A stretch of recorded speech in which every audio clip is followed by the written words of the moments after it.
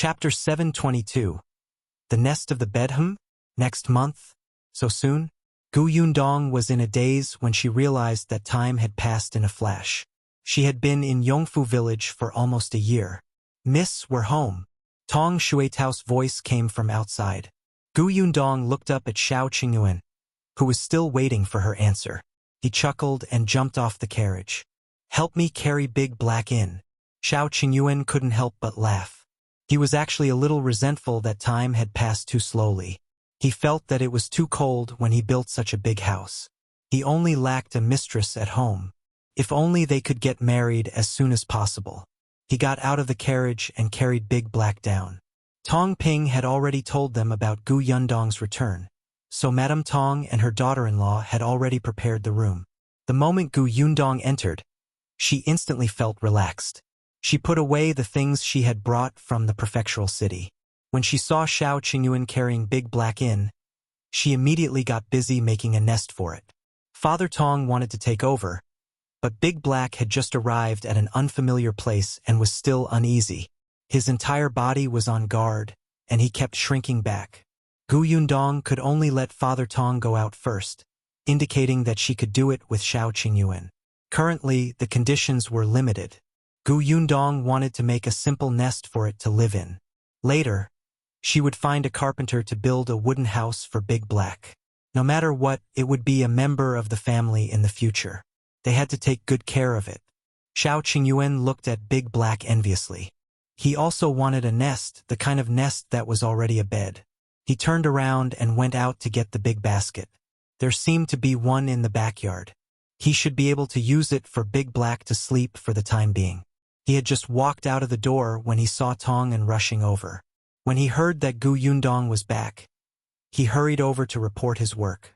However, before she could step through the door, she heard a voice from outside. Is this the Gu family? We're here to look for work. Shao Qingyuan immediately guessed that it was the mother and son from before. He immediately said to Tong, go and take a look. If they're not suitable, just send them away. Tong was stunned. He subconsciously turned around and left. However, after taking a few steps, he felt that something was amiss. Why did it sound like young Master Shao really hoped that the person who came was not suitable? However, Tong also felt that it was inappropriate. He had already released the news about the recruitment the day before yesterday. It had already ended yesterday. The other party had only arrived today, making people feel that they did not take him seriously. Tong's first impression was not good, but he did not expect the other party to be an elementary scholar. After all, talents were rare. The workshop was filled with farmers, and there were not many who could read. The other party was an elementary scholar, so Tong felt that he could still consider the application appropriately. If the man really stayed, the workshop might be able to attract more well-educated people in the future. Yundong naturally heard that cry, but she did not care. It was agreed that the first round of recruitment would be handed over to Tong, even if the other party was a knowledgeable elementary scholar. She did not intend to interfere. If the elementary scholar passed Tong's assessment, Yundong would just have to wait and see. She only took the basket from Shao Qingyuan. This basket was very big and not tall. Even with Big Black size, it could completely fit in. Yundong had placed an old and unused blanket and some clothes under it. They were all clean and soft. She stretched out her hand and tested it. When she felt that it was okay, she let Big Black in. Unexpectedly, a sharp cry suddenly came from outside. If you find any errors, ads pop up, ads redirect, broken links, non-standard content, etc., please let us know. Report so we can fix it as soon as possible. Chapter 723. Do you not have a mouth? Why don't you want my son? My son is an elementary scholar. He's knowledgeable and capable. If you want those bumpkins, why can't you want my son? The woman's voice was a little loud. Tong did not expect her to suddenly become so agitated. He immediately wanted the two of them to leave, but the woman had already shouted inside, Boss Gu, quickly come out. Right? Your manager is not good people. He's afraid that my son is an elementary scholar who has the ability to snatch his position. He actually doesn't allow my son to come to the workshop to work. My son is an elementary scholar. An elementary scholar. Gu Yundong and Shao Qingyuan looked at each other and shrugged helplessly. Let's go out and take a look. Tongyin was furious. He had really underestimated the mother and son. This woman actually sat on the ground and did not leave. He immediately wanted to get someone to chase them out, but Gu Yundong had already come out. She glanced at the madam sitting on the ground, then at the fair youth and suddenly laughed. Your mother is sitting on the ground. Aren't you going to help her? The young man looked a little embarrassed. He quickly went forward and wanted to help the woman up. The woman snorted and looked at Gu Yundong. Who are you? I want to see Boss Gu. I am she. The woman was stunned. She had heard that the eldest daughter of the Gu family was in charge of the Gu family's workshop, but she did not expect to see such a weak-looking woman. Wasn't the boss supposed to be a tigress with a ferocious aura that could intimidate men? When the young man heard this, he helped his mother up even more anxiously. Mother, stop making a scene. The woman stood up unwillingly. Only then did Gu Yundong look at Tong and what happened? Miss, this gentleman wants to work in the workshop. However, the conditions are a little high. Right after Tong and said that, he heard the woman's raised voice. How are the conditions high? My son is an elementary scholar. If he works here as an accountant, his monthly salary will only be 5 taels a month. How is that high? Boss Gu, don't listen to his nonsense. I think he treats my son as a threat to his position, so he rejects my son with an excuse. Gu Yundong waved her hand, as if she did not want to hear what the woman had to say. She looked at the young man and asked, Your mother said that you're an elementary scholar, right? That's right. Gu Yundong smiled. Since you're an elementary scholar, you're naturally knowledgeable. Why don't you go to the county city to find work? Even if you don't become a teacher in a rich family, those shops should want you, right? Why do you have to come to a small workshop like mine that has only been open for less than a year to be an accountant? This young man looked to be around 20 years old. He was already an elementary scholar at such a young age, which meant that he was indeed talented. The young man was still hesitating when the woman shouted again. Why? My son is just... Don't you have a mouth? You keep letting your mother answer questions for you? The woman was stunned, and a trace of embarrassment flashed across the young man's face. He quickly said, I heard that the Gu family's workshop has good benefits and high wages, so I came to look for work. Gu Yundong smiled and shook her head. No matter how good the benefits are, it's just a small workshop. If you don't want to tell the truth, you can leave. After saying that, she turned around and left. The young man immediately panicked. Wait, if you find any errors, ads pop up, ads redirect, broken links, non-standard content, etc., please let us know report so we can fix it as soon as possible. Chapter 724. Whoever hires him is an idiot. Gu Yundong paused and turned to look at him. The young man tugged at his fingers. Independent Illinois, just tell the truth. I'd like to hear the details. The young man gritted his teeth and said in a low voice, I, although am an elementary scholar, am not good with words. Previously, I did want to go over and be a teacher, but I couldn't speak the moment I met a student. In the end, I could only give up. Later on, I went to the shops in the county city and thought of being a bookkeeper, but the salary given by those shops was too little. Then, I heard that the Gu family's workshop has good benefits and can even cover accommodation, so I wanted to come over and give it a try. Although I'm not very good at talking, my title as an elementary scholar is real. Don't worry about this. Gu Yundong lowered her eyes as she listened. When the young man was done, she nodded slightly. Yes, I understand. You can go back. What do you mean? Our workshop doesn't intend to hire you. The young man panicked. Why? I'm an elementary scholar. Gu Yundong found it funny. So what if he was an elementary scholar? Could it be that the title of an elementary scholar was a pass? Then why did he have to come to a small workshop like hers when he could not find work elsewhere? Because you're not the type of accountant I want? What type of accountant do you need? Gu Yundong narrowed her eyes and glanced at the young man before turning to leave. The young man was indignant. Miss, Can you make yourself clear?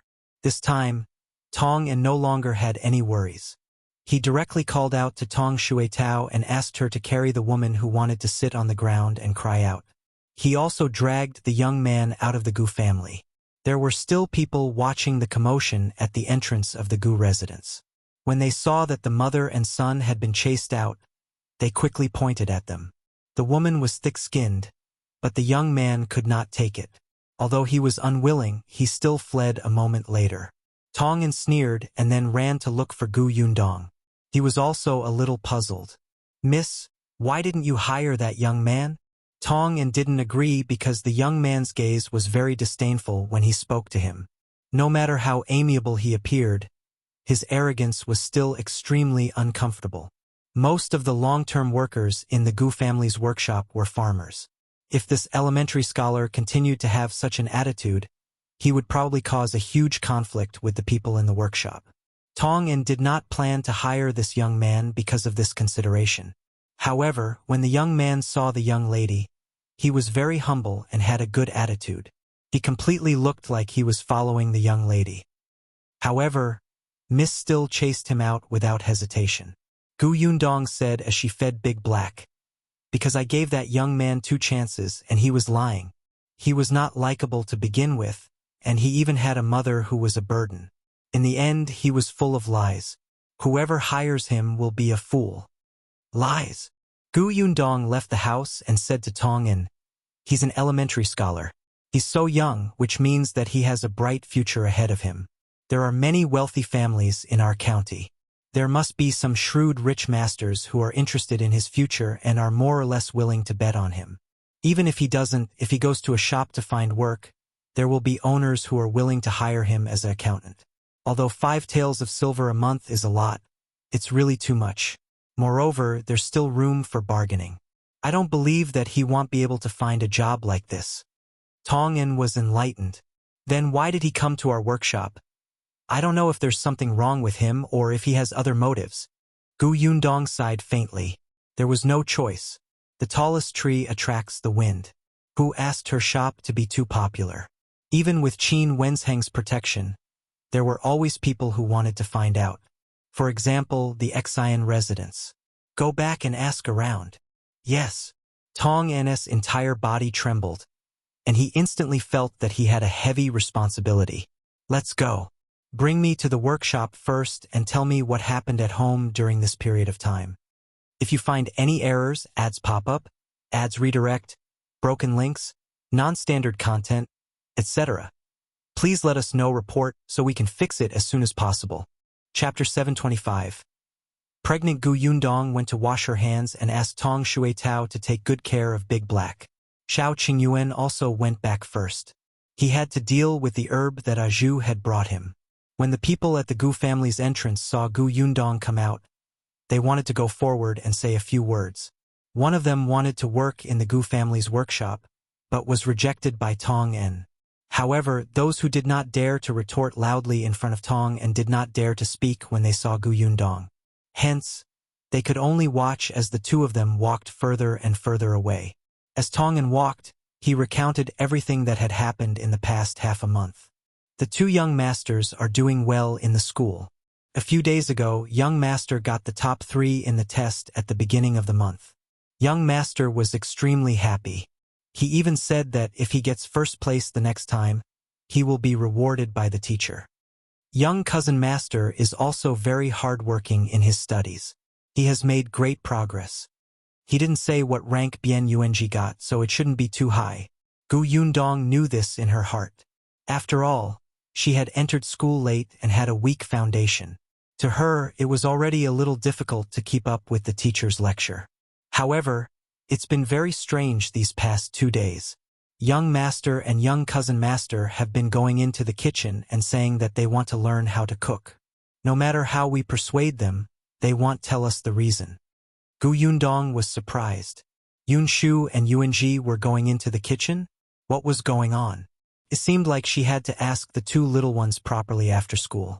Everything is fine at home. Also, my sister-in-law is pregnant again. Gu Yundong stopped in her tracks and asked in surprise, "Really?" "Yes. She just saw a doctor yesterday. This is a joyous occasion. It's worth celebrating. The Tong family did not have many children. Tong Xuetao was the only one in her generation. She was already so old this year and did not have any siblings. Tong had been hurt before, and others did not know if he would get married and have children in the future. Hence, wasn't it a joyous occasion for the Tong family to have a new member? Yundong reckoned that when little Peach found out, she would be overjoyed. After explaining the Gu family's situation, Tong started talking about the people in Yongfu village. The Zheng family's days were getting better and better. Madame Dong's brothers, who had not been around much in the past, had also been especially diligent recently, especially since the Gu family's workshop recruited workers yesterday. They had practically stayed in the Zheng family's house and refused to leave. Unfortunately, although Madame Dong did not have a strong personality, she was also a principled person. She knew what kind of people her brothers were. Introducing them to the workshop was to cause trouble for Gu Yundong. Because of this, Madame Dong's brothers scolded her for being a heartless ingrate. Now that she was rich, she forgot about her brothers and only thought about living a good life. She would be struck by lightning in the future. Then, Zheng Hu, who was already agile, chased them out with a stick. The Zheng family's life was indeed getting better and better. Zheng Hu and his wife were working in Gu Yundong's workshop. They did not have much land to begin with and had already rented it out. The couple worked hard and increased their wages. Zheng Jia had already gone to the private school in the neighboring village to study. According to Zheng Hu, he would send Zheng Lu over in 2 years. The private school did not have a high tuition fee. Although it was a little strenuous to provide for the 2 children, the Zheng family's life was getting better and better. It did not matter if it was a little tough. Zheng Yu was a girl and could not go to school. She helped out at home. However, Zheng Jia would teach her how to read every day when he returned from the private school. Zheng Yu was also hardworking and often came to the Gu family to ask Shun Sidian about embroidery. At the mention of Shun Sidian, Gu Yundong could not help but ask, "Where did she go? I haven't seen her since I came back." If you find any errors, ads pop up, ads redirect, broken links, non-standard content, etc., please let us know report so we can fix it as soon as possible. Chapter 726. Affection is gone. An unnatural look flashed across Tong N's face. Gu Yundong did not notice and continued to walk forward. Only then did Tong take a few steps forward and say, "She went to the county city today to sell her embroidery work." "Really? How's her embroidery sales these days?" Tong quickly lowered his head and said softly, "Well, I'm not too sure." Gu Yundong nodded and did not ask further. After all, there were differences between men and women. It was indeed inappropriate for Tong to ask too much about Shin Sishan's private matters. She changed her mind and asked about other things. Tong exhaled slightly before continuing. The Zheng family was getting better and better now. It was said that they would renovate the house next year and plan to build 2 more rooms. At that time, they would give each of the children a room. Compared to the Zheng family, the Shi family had changed even more. Not only did the Shi couple manage the orchard for Gu Yundong, but they also earned a lot of money. Coupled with Zhuangzi, who was now the shopkeeper, the changes in the Shi family were visible to the naked eye. During this period of time, the Shi family had already been renovating the house. In addition, Lan Huar and Zhang Bao had just gotten engaged and were about to get married next year. However, Lan Huar did not have a proper boudoir of her own. The Shi couple wanted her to get married in a grand manner, so the first thing they renovated was Lan Huar's boudoir. Now that Lan Huar matter was settled, Zhuangzi was still alone. The Shi couple was very anxious. Their neighbors and friends stared at Zhuangzi as if he was fat meat. They wished they could tie him up and make him their son-in-law. This was a shopkeeper. He had become the head shopkeeper of a county shop at such a young age. He was too promising. Moreover, the Shi couple had a good personality and were not domineering. His sister-in-law was about to get married, and they were even renovating the old house. Which woman would not enjoy life after marrying him? However, Zhuangzi was unwilling no matter what. He simply did not come back after his family said too much. During the past 10 days, He had been living in the county shop for half of the time. If there was anything, he would ask Chen Jinkai to help pass on a message. Gu Yundong did not know whether to laugh or cry when she heard that. This was a career-type man, completely devoted to work. Speaking of Chen Jinkai, Tong and suddenly thought of something. Madame Fong even returned to Yongfu village and ran to the village chief's house to cause a scene. It could be said that she ruined her last relationship with the Chen family. What did she do? She said that Jiang Yongkang was not nice to her and scolded her every day. She asked the village chief to help divorce him. However, the village chief is in an awkward position right now. He's neither from Madame Fang's maternal family nor from her husband's family. Madame Fang is no longer a member of Yongfu village either. He couldn't care less about her, so he asked her to talk to her maternal family. Seeing that he was unwilling to help, Madame Fang cursed him for his lack of conscience and kept slandering him. In the end, Madame Zhou couldn't take it anymore and went up to slap Madame Fang twice. The two of them started fighting. Later on, for some reason, Madame Fang accidentally bumped into Qin Jinkai's 12-year-old son. His son's head hit the door frame on the spot, scaring the entire family. Fortunately, the doctor said that it was nothing serious. Only then did the Chen family heave a sigh of relief. However, they had completely drawn a line with Madame Fang and would pretend not to know this person from now on. When Gu Yundong heard this, she sighed with emotion. The Fang family was really walking further and further down the path of courting death. As they spoke, the two of them had already arrived at the entrance of the Gu family's workshop. When she saw Gu Yundong enter, everyone in the workshop greeted her. They looked very happy.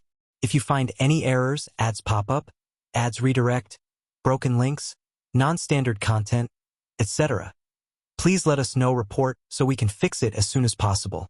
Chapter 727. Giving red packets, increasing pay. Gu Yundong looked around and realized that although everyone was in good spirits, their bodies were indeed quite tired.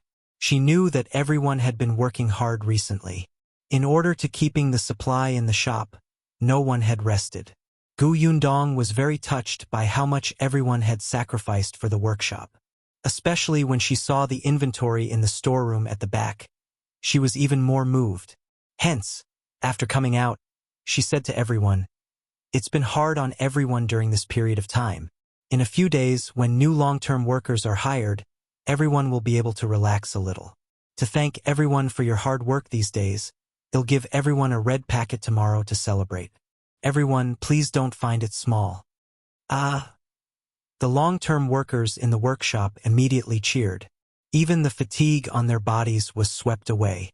"Boss, we don't mind if it's not too little. 1 copper coin is fine. Boss, it's not hard on us. We're so happy to be able to work in the workshop." "That's right, boss. The food in this workshop is very good. I don't even want to go home." "Boss, don't worry. We definitely won't let the supply in the shop break. Even if you open another shop, we can still provide it." That's right, that's right. The boss business is doing well."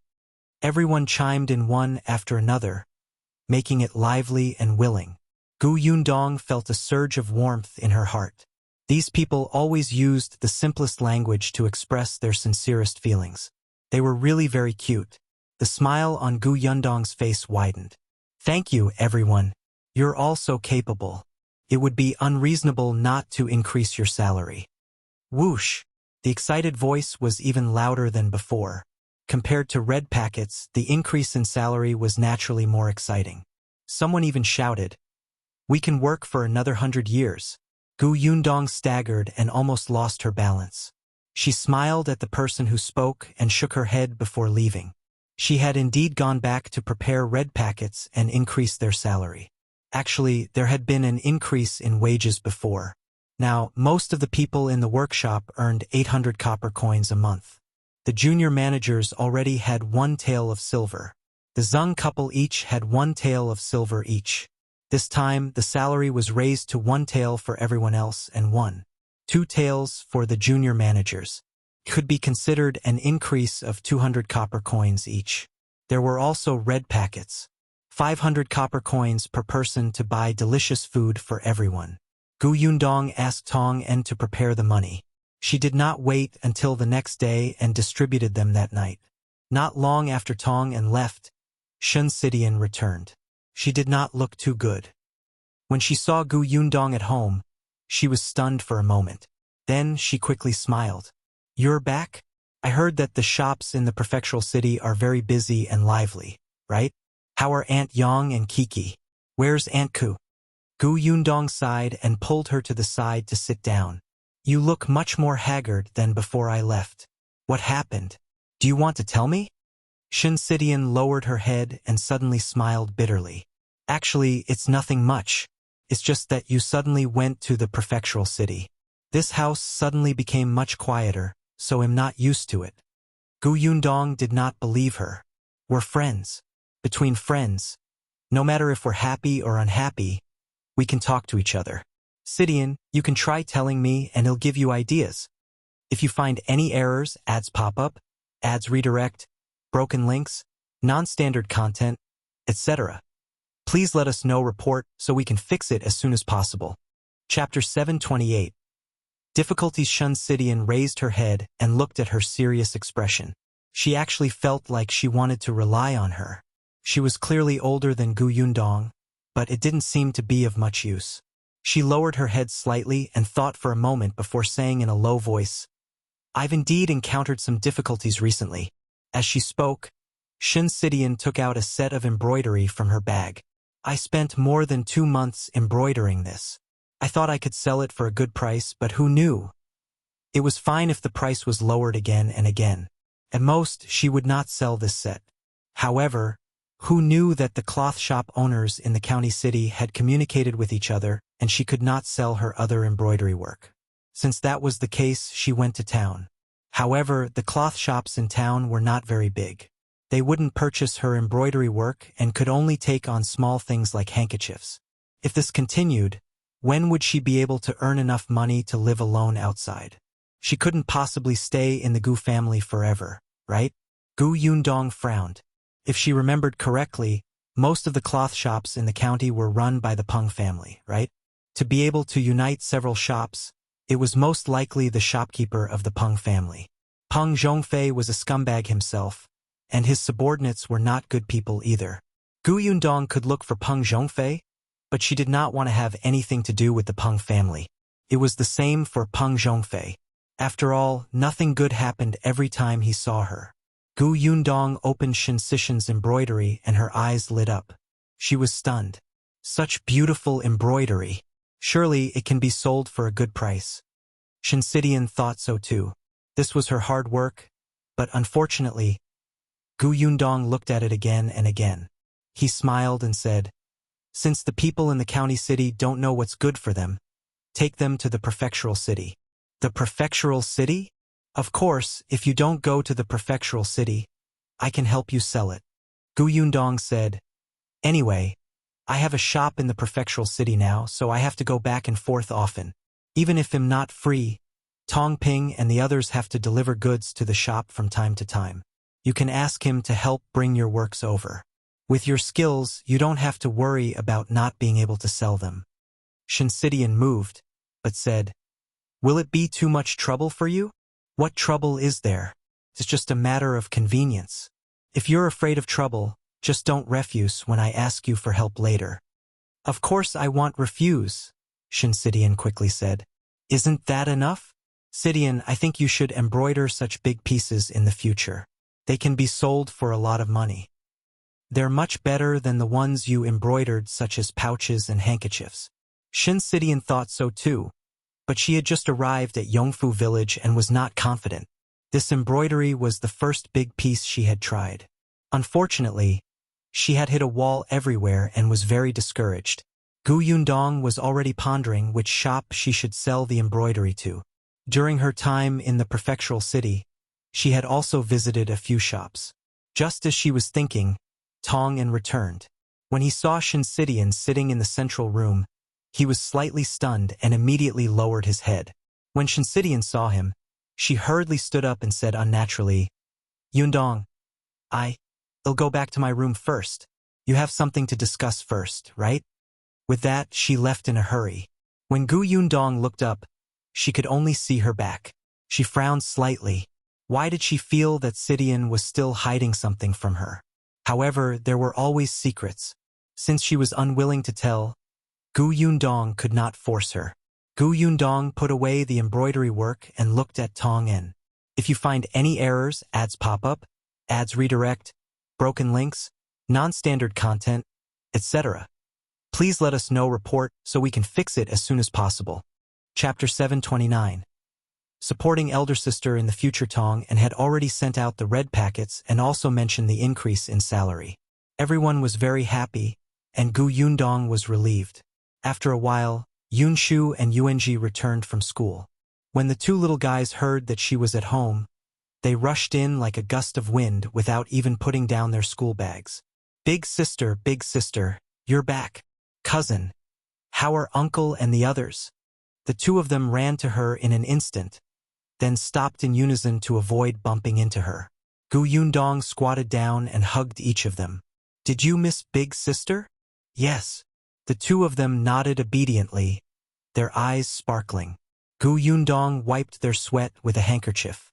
Then, she stood up and held their sweaty hands as they walked into the house. Big sister bought gifts for you in the prefectural city. Come and take a look. Yunshu immediately jumped up in joy. When he saw Gu Yundong's gift, his eyes lit up. Big sister is really the best big sister in history. She's already so beautiful and kind-hearted. It's hard to earn money by opening a shop in the prefectural city, but she still wants to buy gifts for us. Cousin Yuanji, we must be filial to big sister in the future and support her in her old age. Yuanji nodded. Gu Yundong. Support me in my old age? When I'm old, you won't be young anymore. Can you put away your filial piety? Why did she feel that after not seeing this little guy for a while, he was becoming more and more eloquent and even knew how to flatter others?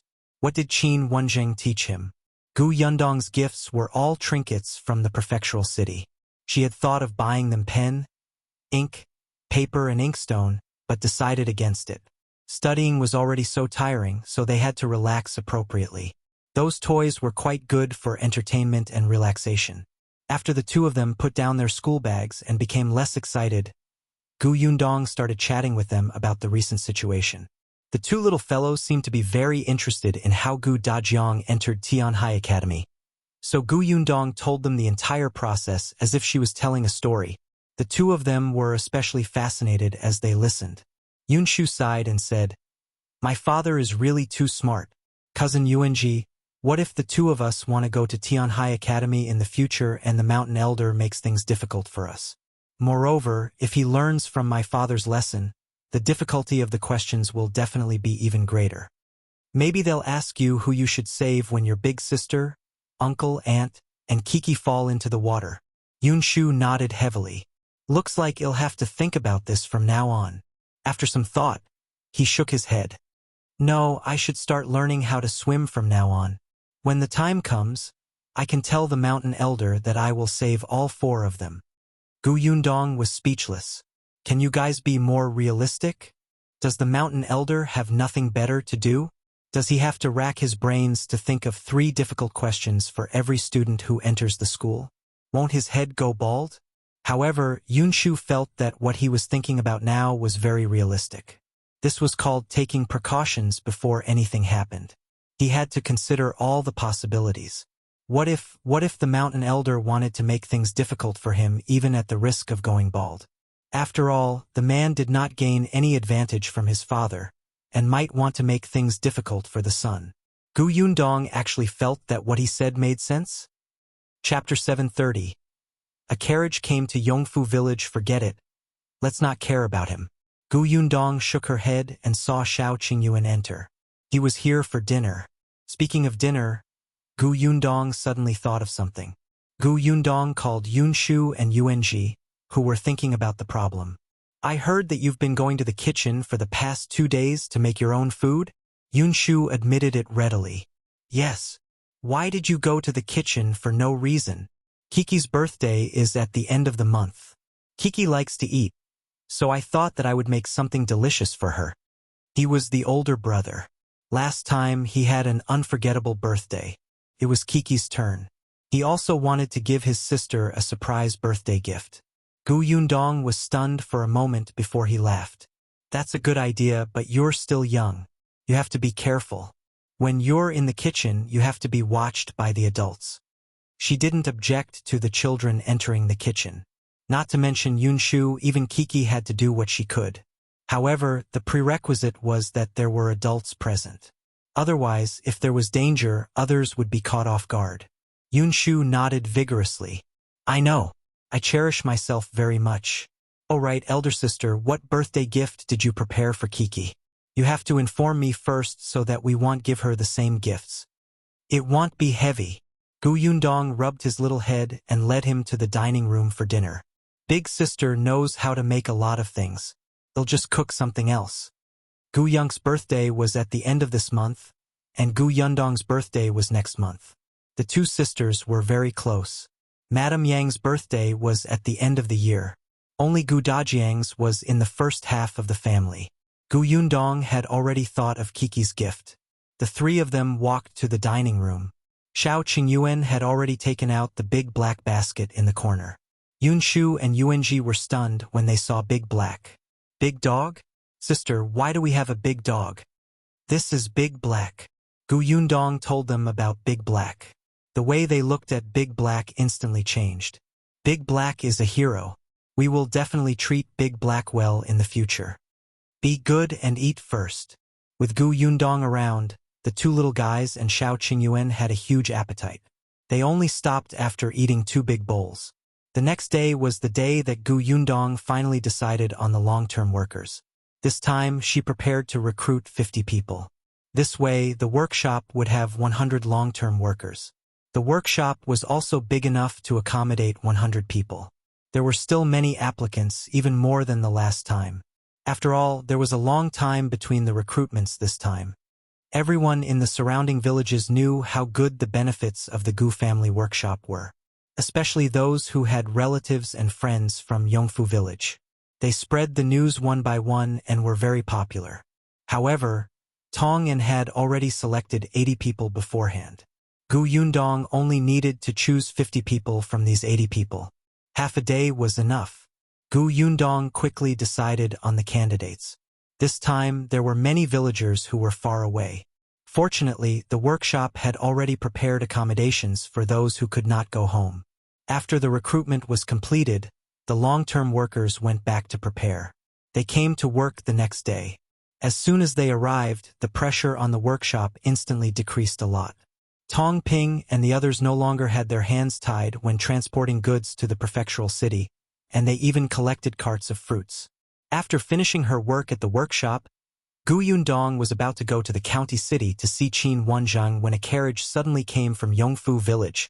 The carriage stopped in front of Shao Qingyuan's courtyard door, and a noble young master got out. Chapter 731. Shao Qingyuan, you have no principles. Gu Yundong stood at the door and waited for Tong Shuitao to come over with the carriage. Hence, she immediately saw that person and immediately watched in surprise as he walked into Shao Qingyuan's courtyard.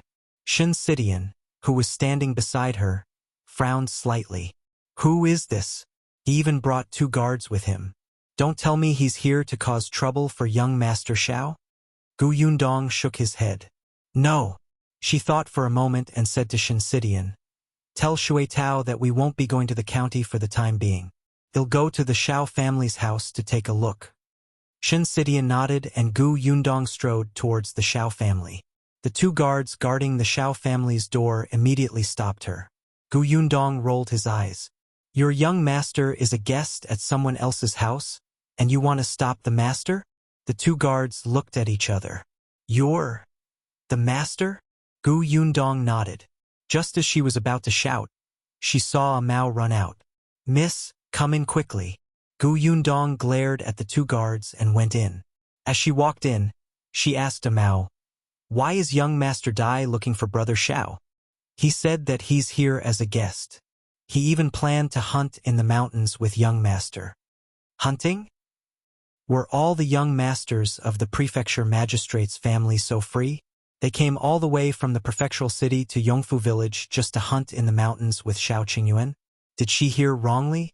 As they spoke, The two of them stood outside the central room and heard faint voices coming from inside. Perhaps hearing the footsteps outside, there was no sound from inside. Then Shao Qingyuan walked out. "Why are you here? Didn't you say you were going to the county?" "I saw that young Master Dai was here, so I came over out of curiosity." Dai Wenhuo naturally knew her. When he heard this, he smiled. "Miss Gu, how have you been? My mother has been talking about it every day these past few days, hoping that Miss Gu will return to the prefectural city as soon as possible. I came here today without telling her.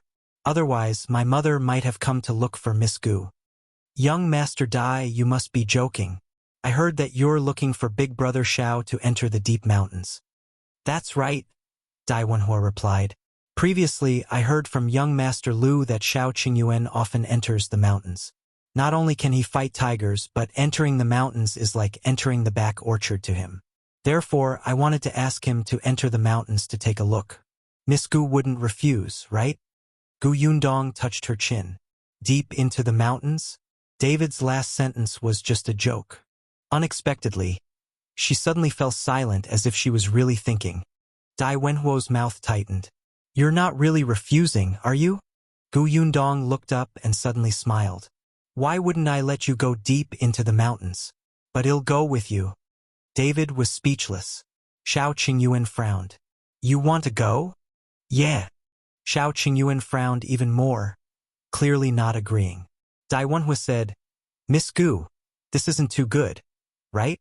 This time we won't be able to come out in 5 to 6 days. It's especially tiring. You're a delicate lady. Not only will it be dangerous, but you'll also suffer a lot. Most importantly, she would be a burden." They were not going on an outing. Gu Yundong looked at Shao Qingyuan with a smile. The latter surrendered in a second and exhaled slightly. "All right, let's go together." Dai Wenhuo jerked his head around to stare at him in astonishment. "You agree just like that? Aren't you being too unprincipled?" Dai Wenhuo's expression turned a little ugly. He wanted to say something, but Shao Qingyuan said, "Well, set off at 5 tomorrow morning." Chapter 732. Gu Yundong's mounting bag. Gu Yundong immediately nodded. "Then I'll go back and prepare. They'll look for you tomorrow." After saying that, she hurriedly ran back to the Gu family. She was really preparing herself. She had entered the mountains before. The last time she encountered a wild boar, she was already at the edge of the mountains. However, this time, Dai Wenhuo said that they would be gone for at least 5 to 6 days, so they had to walk inside even more. Therefore, she had prepared a lot of things. She had a spatial storage, so it wouldn't be a problem for her to bring a mobile RV over. Unfortunately, she had to restrain herself in front of so many people. She couldn't exaggerate. Therefore, she planned to make a hiking bag. Most of her things would be placed in her space. The hiking bag would be used as a cover. However, Gu Yundong's skills were limited, so she found a cloth from the room and asked Shinsidian to stitch it up. She gestured the look of a hiking bag. Shinsidian was an expert in this area, so she quickly got to work. Gu Yundong thought that she had to have a tent to live in the wild. Otherwise, it would be inconvenient to sleep at night.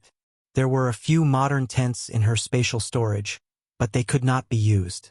After some thought, she took out the oilcloth and asked Madame Jiang to help sew a simple tent. Madame Jiang was pregnant now, and Gu Yundong did not allow her to do heavy and dirty work. However, it was not a problem to do some embroidery work. When the bags and tents were ready, Gu Yundong began to prepare some food and necessities. Food was not a problem.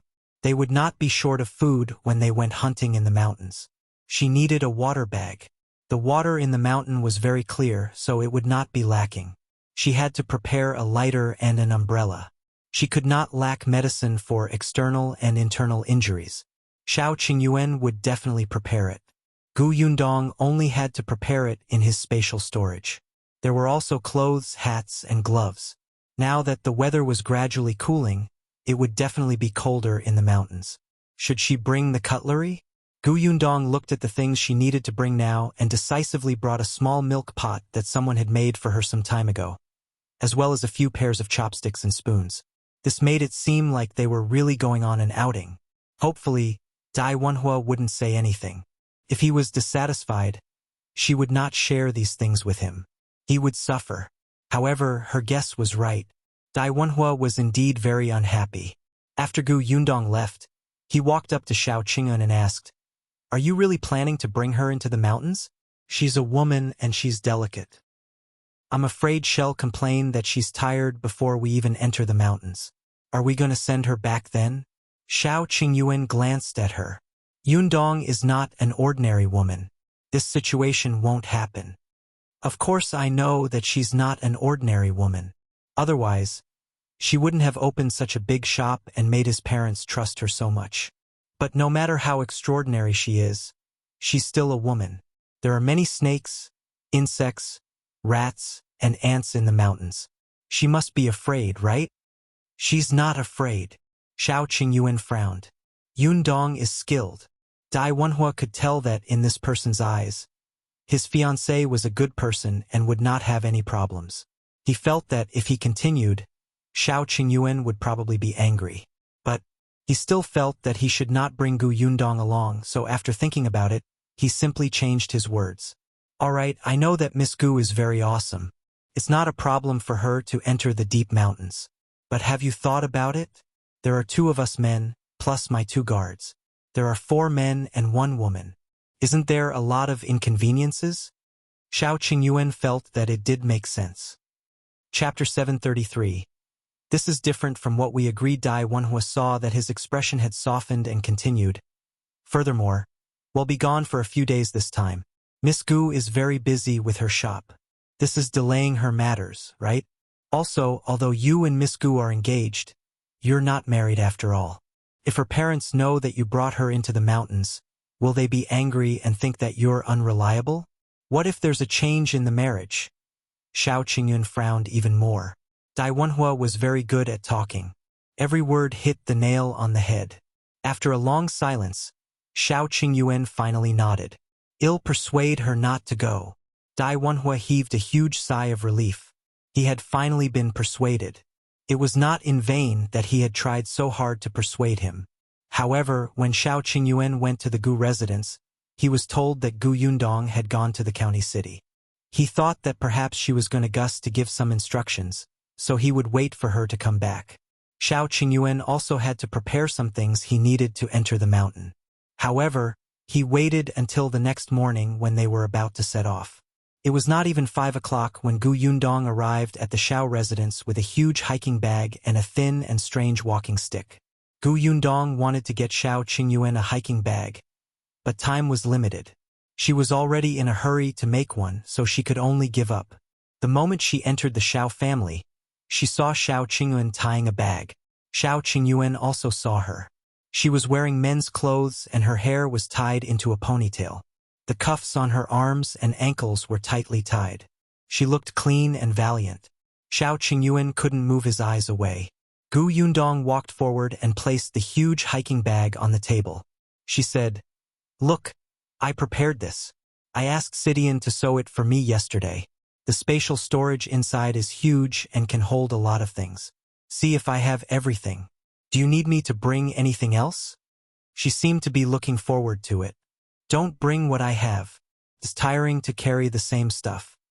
Wenhuo, who was leaning against the door not far away, was stunned when he saw the huge backpack. Did this girl really think that they were going on an outing? With such a bag, she would probably not be able to carry it before she reached the foot of the mountain, right? He reckoned that she would have to let Shao Qingyuan carry this bag. Suddenly, he felt that Miss Gu was such a worrisome woman. Fortunately, he had already persuaded Shao Qingyuan yesterday not to let her follow. Wenhuo waited for Shao Qingyuan to refuse, but he did not expect that after seeing Gu Yundong's excited expression and the carefully prepared backpack, Shao Qingyuan would immediately nod and say, "It's very complete. This bag is so big. Let me carry it." David? Did he hear wrongly? What did Shao Qingyuan say just now? Did he really speak? Wenhuo took a deep breath and felt a pain in his heart. So Shao Qingyuan was such an unreliable person? The 2 people who were talking in the central room acted as if they did not see him at all and continued talking. "No need. This backpack looks big, but it's actually very light. Do you see this strap? It's several layers which can reduce the pressure. It's very easy. Why don't you give it a try? As she spoke, she closed the backpack, but her hand was still inside. She put some important things into her space and put the strap on Shao Qingyuan's shoulder. It's very light, right? Shao Qingyuan was surprised. It really didn't weigh much. It felt as light as a layer of skin. Chapter 734. Morning Temper Gu Yundong took the backpack down. Why don't you carry this? They'll bring you a bag. Why don't you carry the bag and he'll carry the backpack? Shao Qingyuan was helpless. His bag was much heavier than her bag, which looked especially heavy and full. Naturally, he wouldn't switch with her. Only then was Gu Yundong satisfied. She carried her bag and turned to look at the constipated Dai Wenhuo. Young Master Dai, do you have any more problems? Dai Wenhuo looked at Shao Qingyuan and chuckled. He gritted his teeth and said, No problem. Then he turned around and led the two guards away. Gu Yundong looked at his back suspiciously and turned to ask Shao Qingyuan, What's wrong with him? Maybe he woke up too early today, he replied without changing his expression. Gu Yundong was enlightened. So this guy had a morning temper? Shaking her head, Gu Yundong carried her backpack and left with Shao Qingyuan. The group quickly arrived at the foot of the mountain. It was still early, and the dew was very heavy. However, there were already many villagers working in the fields not far away. They did not say anything when they saw Shao Qingyuan and the others enter the mountain. Gu Yundong was dressed in men's clothes. They could not see who she was from afar. After they entered the mountain and there was no one around, Shao Qingyuan reached out and held Gu Yundong's hand as they walked forward. Dai Wenhuo, who was following behind, snorted coldly. He had said that bringing a woman was a burden. Unexpectedly, even though Brother Shao looked smart and bold, he could not overcome the challenge of beauties and allowed his fiancée to fool around. No one spoke along the way. Gu Yundong was holding Shao Qingyuan's hand with one hand and leaning on her walking stick with the other. There was nothing much in the backpack on her back, but she walked easily. After half a day, the few of them had already entered the deep mountains. The weather gradually became hot, and the road became much more difficult to walk. Dai Wenhuo looked at Gu Yundong, who was still walking casually, and could not help but be surprised. He did not expect her to remain silent until now. She did not even drink any water. On the other hand, although he had a strong physique and good skills, he did not have many chances to enter the mountain. At most, he would accompany his grandmother and mother to the temple on the outskirts of the city, where he had to climb the mountain occasionally. However, there were steps on the mountain. Compared to the steep mountain path that was overgrown with grass, it was worlds apart.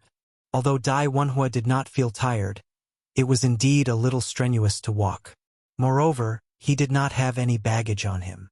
He was the young master, so he naturally had the two guards carrying his things. At noon, Shao Qingyuan saw a slightly flat spot near the pool and finally said, Let's rest and eat before moving on.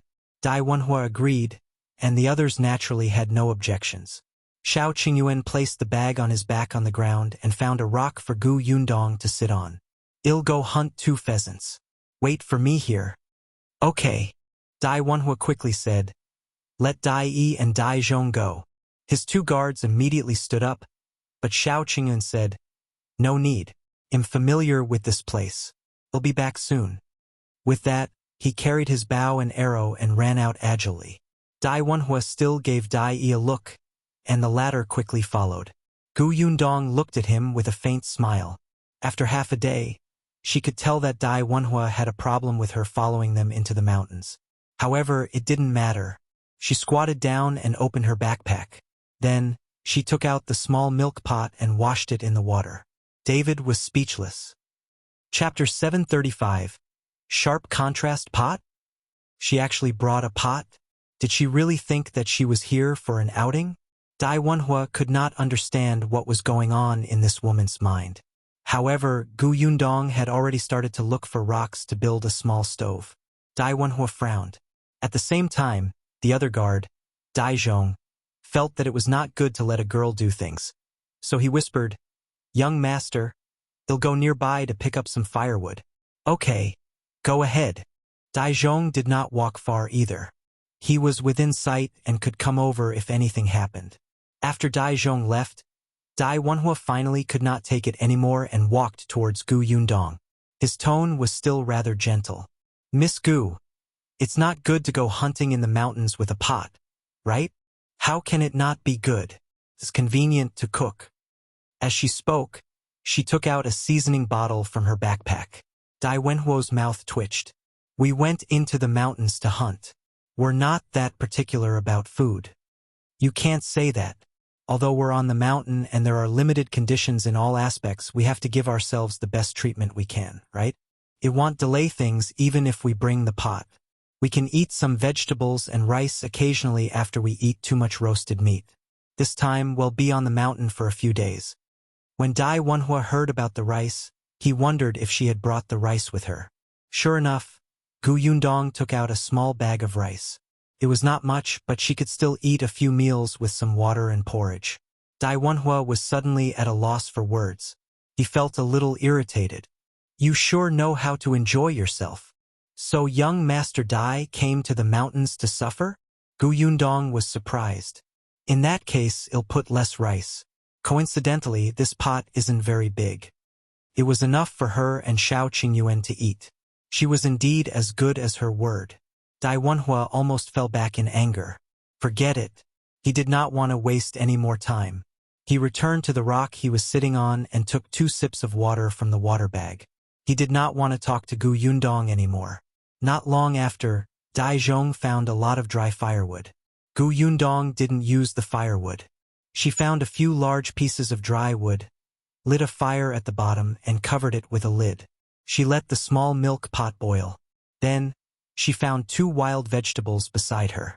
After washing them, she placed them on the oilcloth and cut them into pieces.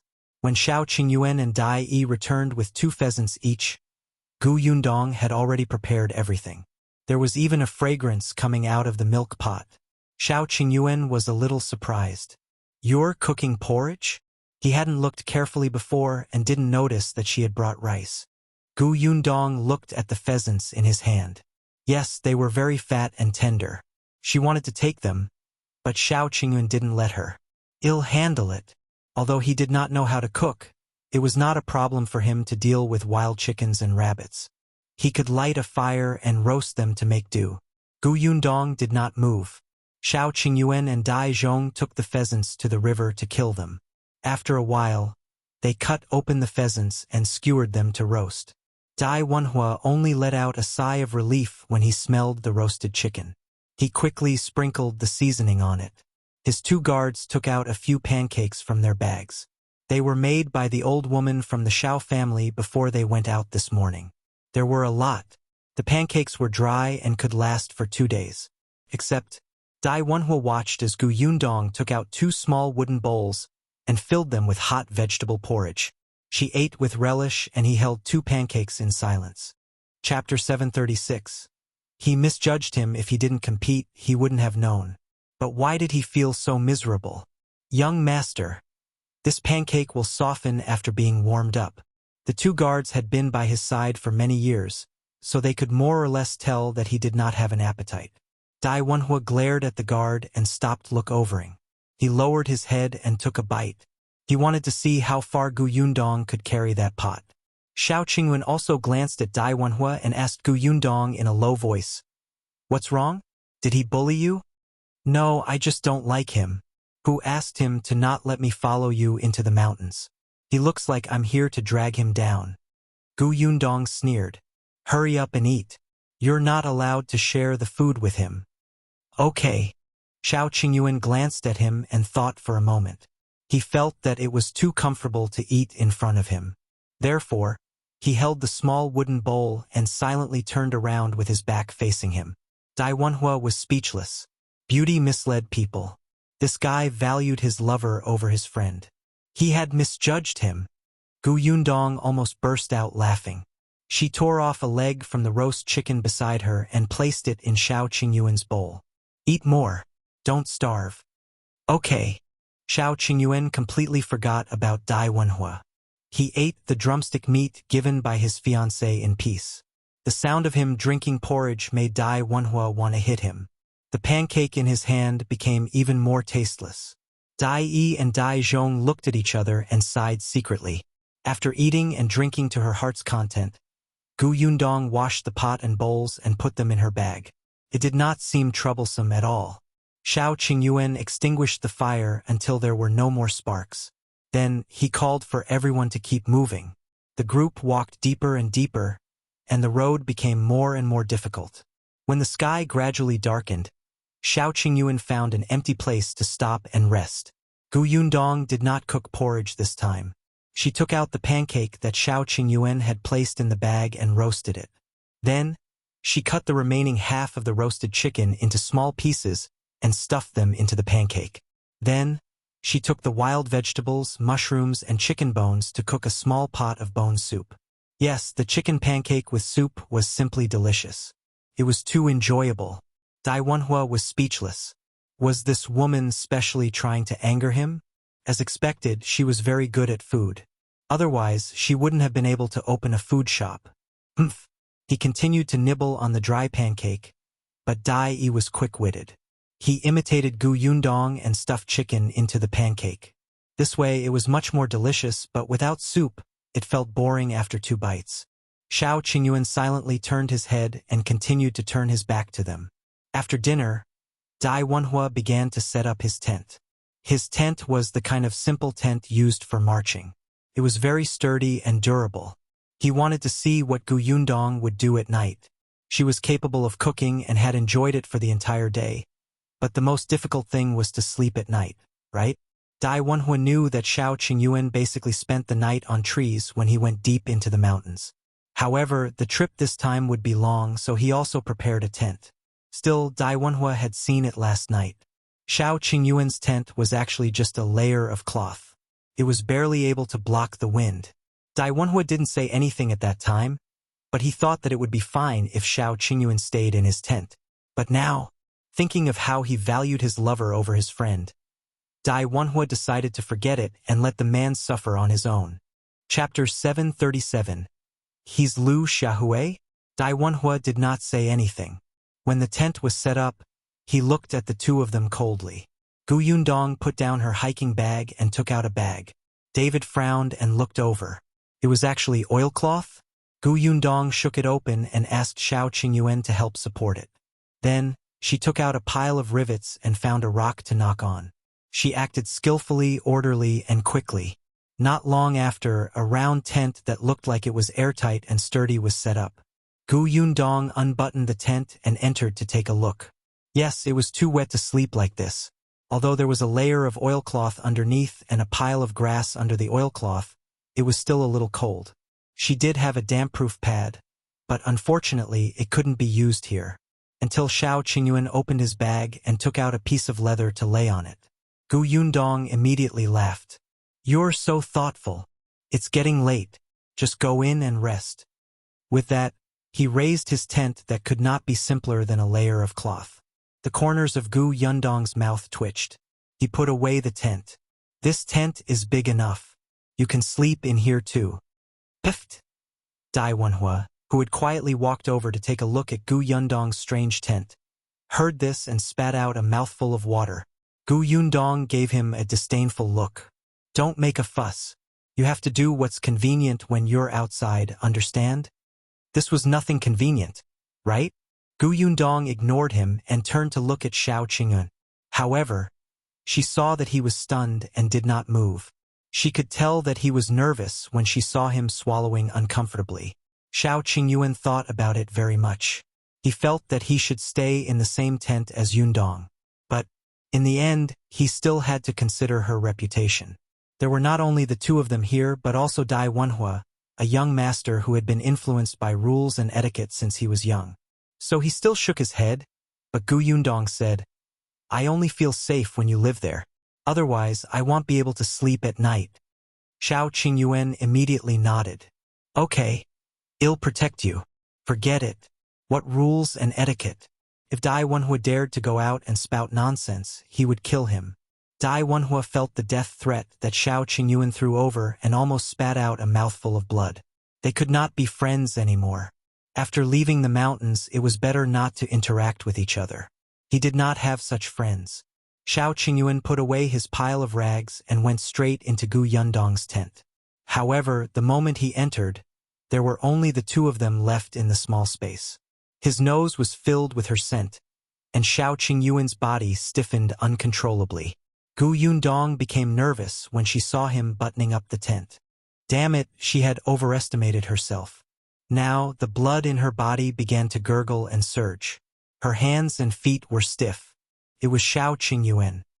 He secretly heaved a sigh of relief and said, "It's getting late. You should sleep."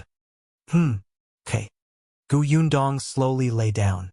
With his back facing Shao Qingyuan, his breathing became lighter. It was terrifyingly quiet in the tent. Dai Wenhuo leaned over, but she did not hear a single sound. Could it be that his brother is Liu Xiahui? What nonsense are you thinking? Dai Wenhuo went into his tent. Dai Zhong was on night watch today. He went straight up the tree and quietly watched the movements below. Chapter 738. Tacit Understanding. The night passed uneventfully. When Gu Yundong woke up, he saw Shao Qingyuan sleeping a meter away from him. His entire body was well-behaved. His eyes were closed and his breathing was calm. It was not the first time Gu Yundong had seen him sleeping, but now that he was lying not far from her, she had a very different feeling. The first thing she saw when she woke up was him. She could be in a good mood for the entire day. Gu Yundong could not help but smile as she slowly sat up. However, no matter how gently she moved, Shao Qingyuan still opened his eyes instantly. There was a moment of confusion in his eyes, but he quickly regained his senses. "You're awake." He had just woken up and his voice was a little hoarse. However, Shao Qingyuan looked at her with a burning gaze. He subconsciously reached out and pulled her into his arms. He had wanted to do so last night, but he was afraid that he could not control his impulses so late at night. Now, Shao Qingyuan suddenly coughed lightly and immediately let go of her. "Wait here for a while. I'll get water for you to wash up." With that, he turned around and left the tent, looking a little disheveled. Gu Yundong was stunned for a moment before she suddenly laughed out loud. Did he not know that it was easy to be impulsive in the morning? She stretched her back and packed her things. After tidying up, the few of them set off again. However, although they said that they were going into the mountains to hunt, in fact, everyone was distracted. Shao Qingyuan didn't care much about the prey. Before he came out, he had brought a small basket that was hanging on his waist. Along the way, he had been looking for precious and rare herbs. Dai Wenhuo said that he was here to kill big guys, so he pretended not to see any roe deer, wild boar, deer, or sheep on the way. At most, Dai Zhong and Dai Yi would hunt wild chickens and hares to fill their stomachs. But Gu Yundong still noticed that Dai Wenhuo seemed to be looking for something. What was he looking for? Gu Yundong did not ask and pretended not to know. On the third day, the group stood at a fork in the road. When Shao Qingyuan asked which way they were going, Dai Wenhuo asked him, "Have you explored both roads?" Shao Qingyuan shook his head. "I've been to the left, but I've never explored the right." Dai Wenhuo said, "Then take the right." He smiled.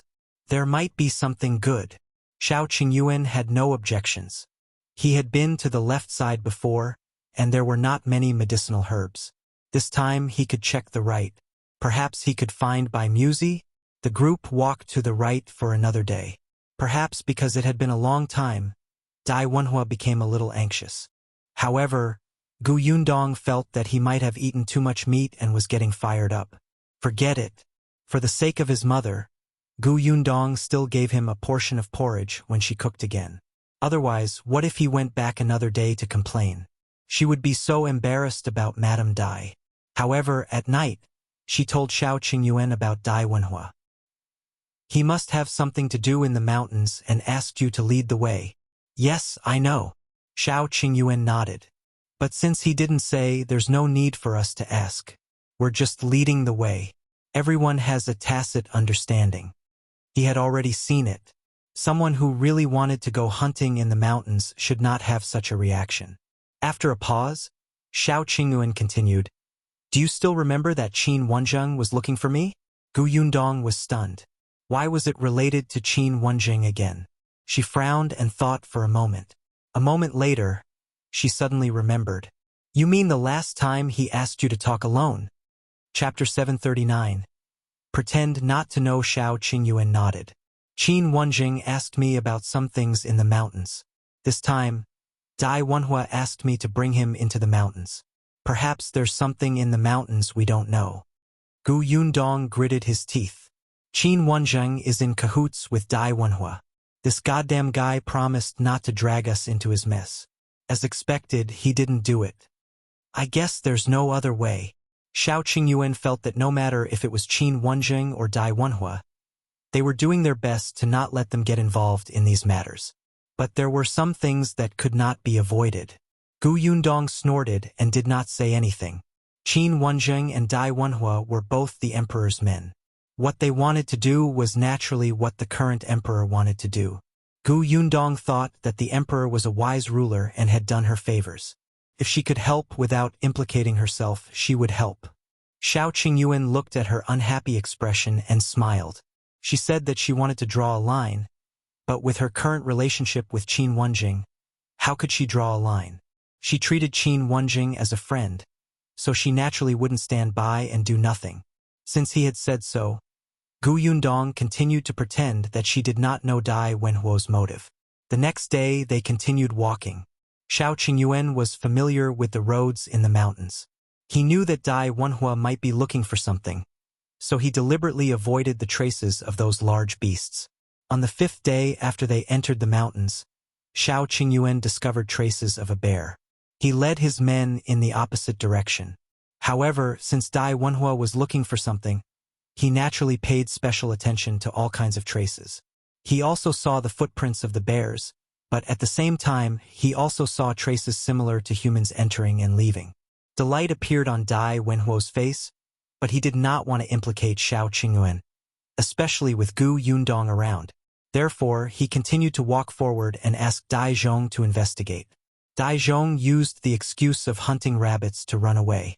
Yundong and Shao Qingyuan did not expose him, but they slowed down. Before noon, they stopped to eat. Yundong no longer had any rice. She did not bring much. There was still some dried meat and some wild vegetable soup. Just as she was scooping a bowl of soup for each of them, a banging sound suddenly came from not far away. The few of them quickly stood up and picked up their weapons. Yundong could only pour away the wild vegetable soup. He stuffed the hot pot into the oil bag and put it in his backpack. At the same time, she stored it in her spatial storage. Soon, the sound got closer and closer. After a while, Zhong ran over in a sorry state. As he ran, he turned around and said, "Run! What happened? Pythons, 2 pythons are coming this way." 2? The few of them quickly packed up and prepared to leave. However, the 2 pythons moved very quickly and arrived in front of him in a short while. Moreover, they looked very agile. They instantly wrapped around a big tree at the side and swooped towards them with their mouths wide open. Yundong quickly jumped up and dodged to the side. The crossbow in her hand shot out with a whoosh. At the same time, Shao Qingyuan aimed his bow at the same python. Wenhuo and the other 2 dealt with the other one, but he was very surprised. At this time, the pythons should be hibernating. Even if they weren't hibernating, they shouldn't be so agile.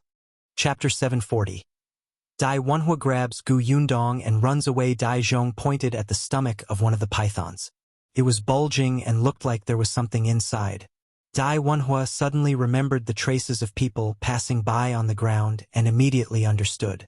Someone must have disturbed these 2 pythons, and they were swallowed? Wenhuo frowned. How long have they been swallowed? She wondered if they could be saved. Zhong shook his head. From the looks of it, it's been a few hours. There's no hope. Wenhuo did not ask further and began to focus on dealing with the pythons in front of him. They were all skilled people and had sharp weapons in their hands. It was not difficult to kill the pythons.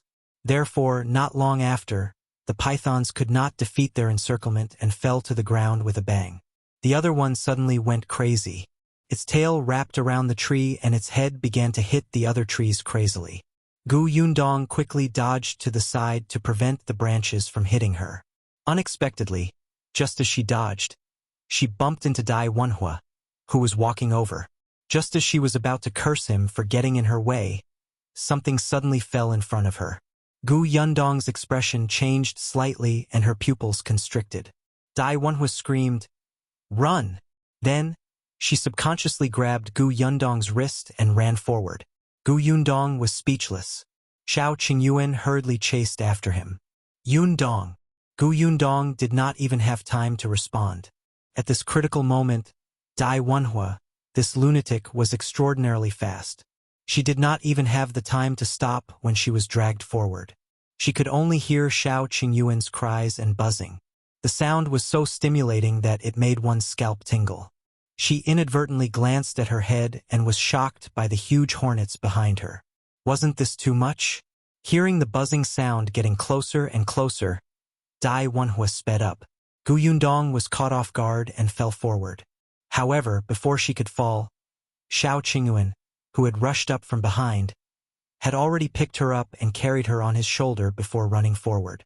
Gu Yundong was speechless. She lay on Shao Qingyuan's shoulder with a look of despair. In the end, she dug into her pocket and took out 2 masks. She put one on her face. Then, she turned around with great effort and put it on Shao Qingyuan. After running for an unknown period of time, the buzzing sound behind them finally became softer and softer. In the end, they could no longer hear it. Only then did they slowly exhale and stop. The situation was urgent just now, so Shao Qingyuan did not think too much about it. He only wanted to catch up to Gu Yundong as soon as possible. Only then did he realize that he should not have run like this. He squatted down to check on Gu Yundong. "Are you all right?" Gu Yundong was fine, but she felt uncomfortable from the bumps. This was a mountain road. She had already tried her best to control herself when she was carried like this on the mountain road without vomiting. Gu Yundong did not want to speak. She sat on a rock at the side and gently rubbed her stomach. She took out some preserved sour fruit and stuffed it into his mouth. Shao Qingyuan took out a water bag and fed her 2 mouthfuls.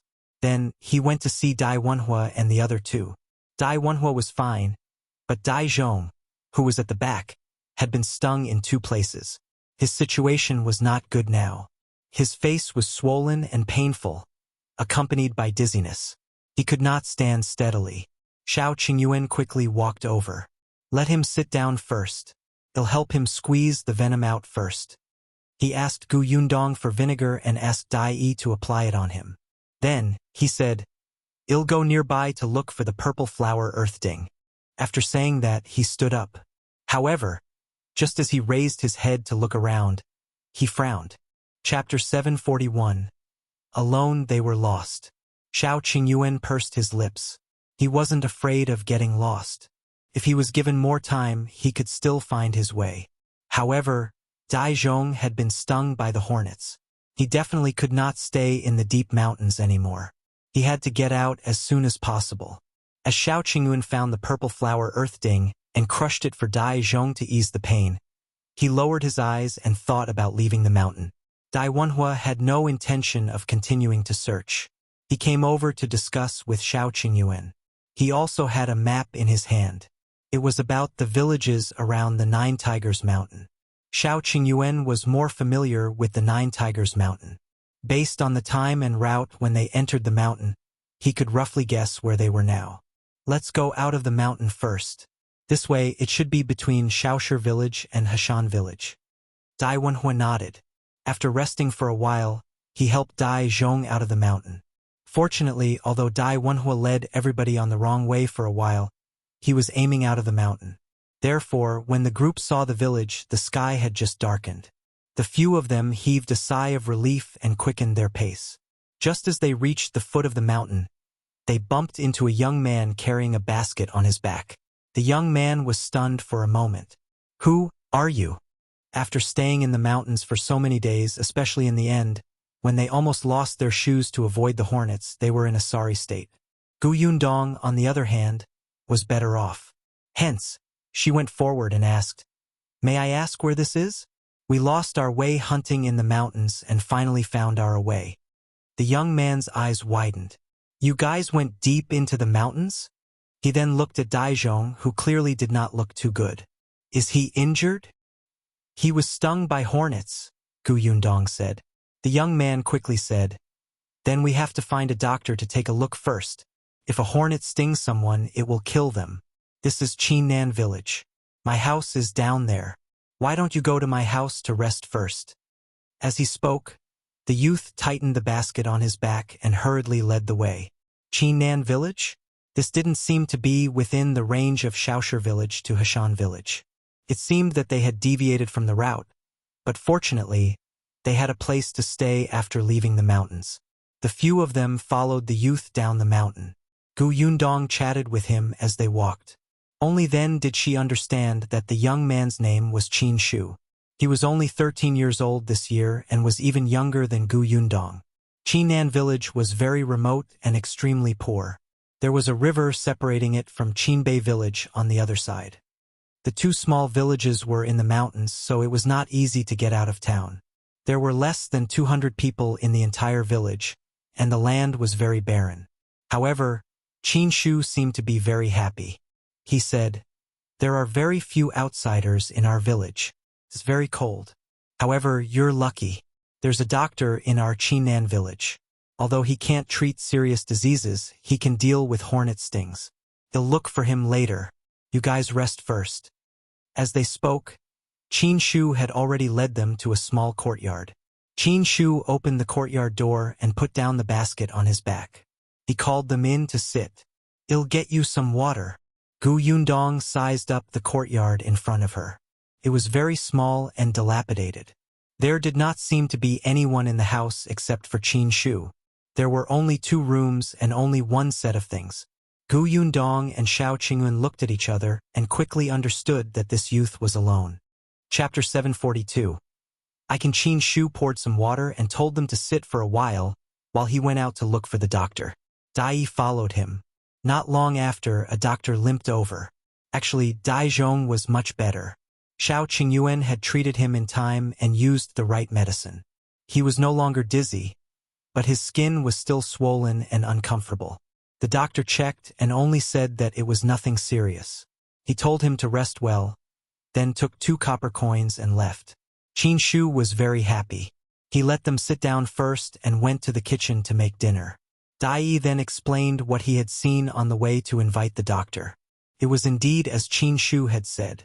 This place was surrounded by mountains on all sides, and there was only one road out of the village. It was bumpy and difficult to walk. There was still a long way to go on the main road outside.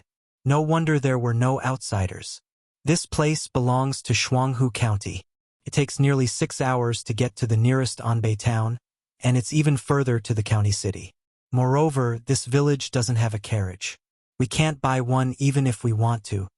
When Qin Shu came over, he happened to hear this. He said, Our village doesn't have a carriage, but the village chief has an ox cart. After dinner, he'll help you borrow it. Okay. Qin Shu was still very happy to be able to help them. He was also talkative. When they were eating, he asked them curiously where they came from, what the prefectural city outside was like, if they had been to the capital or seen any big shots. He had many questions, and the yearning he revealed made Gu Yundong think of Yunshu. When she was still in Gu village, Yunshu's eyes were filled with desire and curiosity for the outside world. Therefore, she would answer Qin Shu whenever she could. Qin Shu was indeed satisfied. After dinner, he brought the few of them to the village chief's house. Gu Yundong already knew that Qin Shu had lost his parents when he was young. His father had passed away long ago and his mother had remarried. It was said that she had left Qingyuan village and gone outside. No one knew where she was now. Perhaps this was also one of the reasons why Qin Shu was curious about the outside world. Qin Shu grew up eating from hundreds of families. As he was also a member of the Qin family, the village chief took good care of him. The village chief already knew that Qin Shu had brought a few lost strangers from the depths of the mountains. The village was only so big, so everyone knew about the slightest accident. Compared to Qin Shu's pure enthusiasm, the village chief was clearly much more cautious. He sized up the 3 people standing in front of him.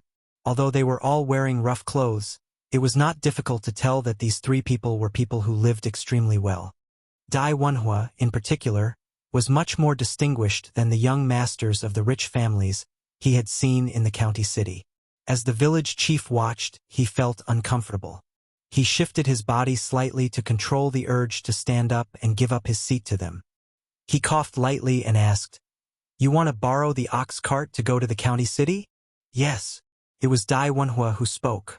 "Don't worry, village chief. We won't borrow it for nothing. We won't give you any less money." Yundong rubbed her forehead. "Young master, you're too direct." The village chief shifted uncomfortably again. "It's not impossible for you to borrow my ox cart, but who will drive it? Originally, my son could send you there, but he hasn't been feeling well these 2 days and can't go out." Qingyuan immediately said, "I can send them there." The village chief glanced at him and said in frustration, "You? Are you sure?" Chapter 743. She likes this place. Qingyuan met the village chief's gaze and suddenly realized something. He immediately lowered his head silently and did not speak.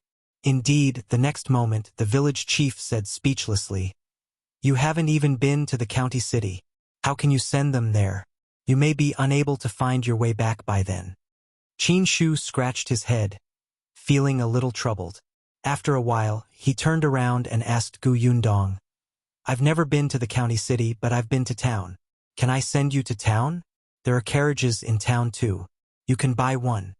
"Sure." Qingyuan's eyes lit up and he suddenly turned to look at the village chief. "Village chief," she said that it's okay. The village chief was speechless for a long time. He sighed and said, "All right, you can send them off." Qingyuan happily went to the backyard to fetch the ox cart, leaving Dai Wenhuo to discuss the price of renting the ox cart with the village chief. In the end, he gave them 1 tael of silver and the village chief sent them out. Actually, Yundong had also thought about not borrowing an ox cart. It was just walking. It was not like she had never walked before. However, she did not know if Dai Zhong would be able to completely recover tomorrow. Moreover, Shao Qingyuan felt that if the conditions allowed it, he still wanted Yundong to walk less. Fortunately, Dai Zhong was much better when the group set off early the next morning. Other than his slightly swollen face, there was nothing uncomfortable about him. He was not even willing to take the ox cart and insisted on walking by himself. It was Dai Wenhuo who shouted at him. Yundong was the last to leave the Qin family's courtyard. When no one was paying attention, she placed 2 bags of rice and flour into the rice jar in the kitchen. They were all taken out from her spatial storage. With the hiking bag as a cover, Qingyuan would only think that she had taken it out of her bag. The Qin family's conditions were really not good. The 5 of them ate at his house twice and finished the last bit of flour. This child was too generous. Seeing that they were all grown men, he gave them a lot. As he only took out coarse grain buns, he felt very embarrassed. Fortunately, there were no outsiders in this village. Otherwise, this kid would probably be robbed. However, it could be seen that although there were not many people in Qingyuan village, their relationship was very harmonious. Otherwise, Qingyuan, who had no parents since he was young, would not have developed such a personality. He had probably received the care and help of the villagers since he was young and was filled with gratitude. Moreover, she heard a neighbor quietly come over and ask Qingyuan if there was enough food at home.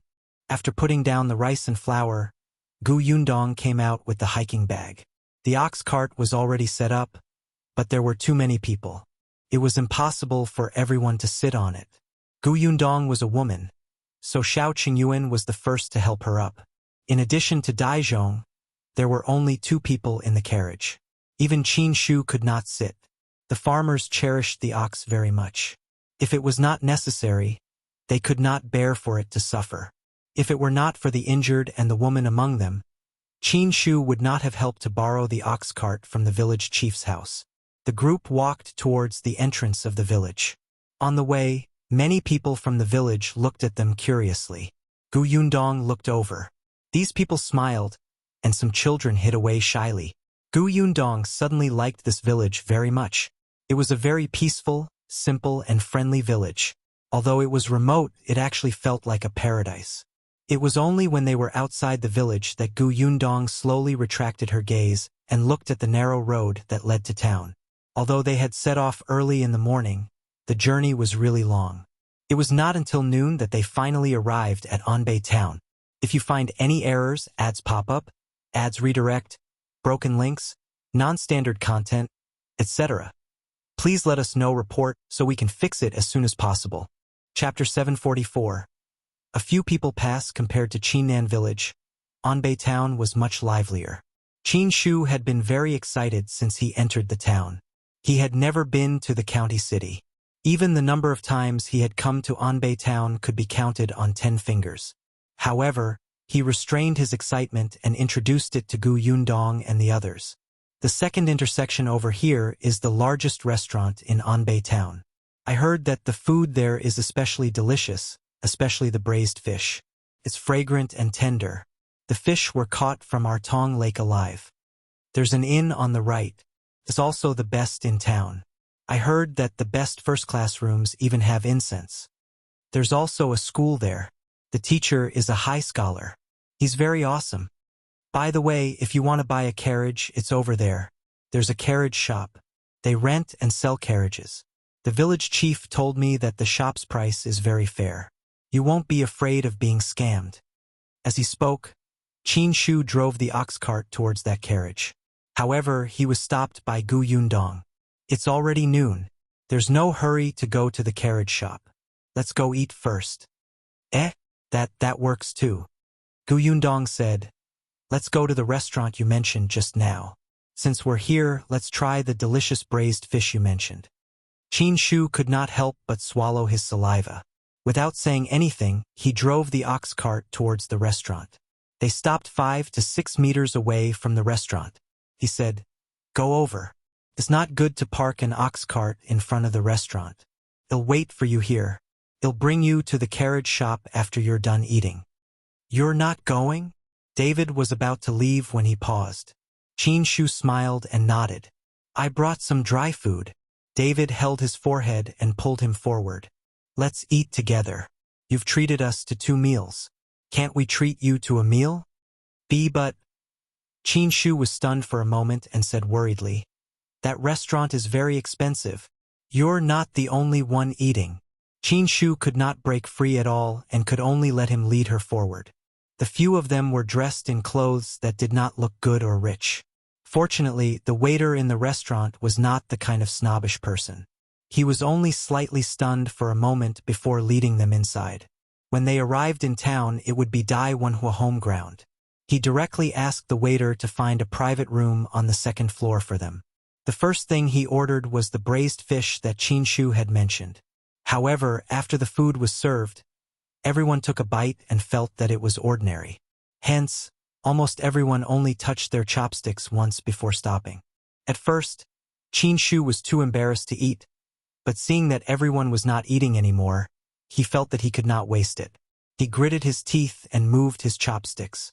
In the end, almost the entire fish went into his stomach. He felt that it was very delicious and thought that he could tell everyone when he got back. This restaurant's braised fish was indeed worthy of its reputation. After eating and drinking their fill, everyone heaved a sigh of relief. Although the food in this restaurant was not good, it was still much hotter and more delicious than the food in the mountains. Qin Shu was very embarrassed. He seemed to have eaten quite a lot too. At this moment, he did not rest anymore. He stood up and said, "Independent Illinois, go pull the ox out first." After the few of them entered the restaurant, the waiter brought the ox to the backyard to eat grass. He hurriedly stood up and opened the door of the private room. A few people happened to pass by outside and were shocked by his sudden action. If you find any errors, ads pop up, ads redirect, broken links, non-standard content, etc., please let us know. Report so we can fix it as soon as possible. Chapter 745. Very similar, one of them saw that Qin Shu was dressed in tattered clothes and could not help but scold. "Be careful. Can you afford to compensate if you bump into him?" As soon as he finished speaking, Shao Qingyuan suddenly raised his head and looked at the man who spoke. His eyes narrowed. Wenhuo, who was beside him, wanted to retort, but Shao Qingyuan stopped him. Those people only said this before leaving. Qin Shu also hurried out of the private room and went to the backyard to fetch the ox cart. As soon as the door of the private room closed, Dai Wenhuo looked at Shao Qingyuan, who had a serious expression on his face. "Why are you stopping me?" Yundong said at the same time, "Do you know the man who spoke?" Shao Qingyuan was actually a little uncertain. His voice sounds familiar, and his eyes are very similar. After a pause, he turned to Yundong and said, "Do you still remember that we encountered a group of robbers on the way to Qingyuan Prefecture with the escort agency to transport the 4 jars of wine from the Tao family?" "You mean?" Shao Qingyuan nodded. "Back then, the leader of the robbers said a few words. I heard it, and it was the same voice as that person just now. Although their faces were covered back then, their eyes were exposed. The man's eyes were also very similar to that person's just now. When they encountered the robbers back then, although they were all safe and sound in the end, those people really wanted their lives. If Yundong had not put the 4 jars of wine into the space on the spot, the robbers would have thought that they had robbed an empty carriage and turned around to leave. Perhaps they would have been injured or killed. Later on, this matter was reported to the government office. The government office also sent people to investigate, but unfortunately, they found nothing. After Shao Qingyuan and the others returned to Fengkai County, they had also told Tao Feng, the eldest son of the Tao family. Unfortunately, Tao Feng didn't have any clues, so they still didn't know where these robbers had come from or where they had escaped to. However, he did not expect to see someone suspected of being a robber in this small Anbei town. "Shall we go and take a look?" Shao Qingyuan nodded and followed Yundong out. However, he was stopped by Dai Wenhuo. "Since he's seen you before, you'll be easily discovered if you go," he called Dai. "Follow them and take a look. Be careful not to be discovered." "Yes." Dai quickly left the private room and Shao Qingyuan sat back down. Dai had experience in this aspect, so it was indeed more suitable for him to go. After a quarter of an hour, Dai returned. His expression was a little serious, but he shook his head at them and said, "There's nothing unusual. They should just be here to eat." Yundong and Shao Qingyuan looked at each other and did not ask further. They stood up and said, "Let's go down first. Qin Shu must be anxious." The few of them went downstairs. As expected, Qin Shu was already waiting outside the restaurant.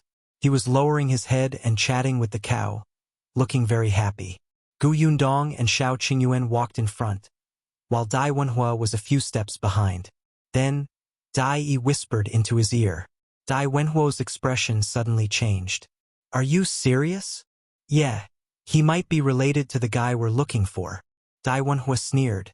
"In that case, this trip was not completely fruitless. Young master, should we?" Dai Wenhuo raised his hand. "Keep an eye on them for now. Check their footholds. If they're really related, it's best to follow the trail to where they hid the thing deep in the mountains." "Yes." Dai took a few steps back and turned to leave.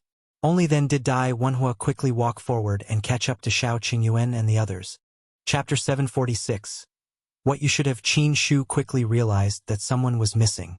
Dai Wenhuo only explained, "I asked him to buy some things." Qin Shu nodded and believed it, but Yundong and Shao Qingyuan did not. Dai's expression was not right when he returned just now. He must have kept something to himself.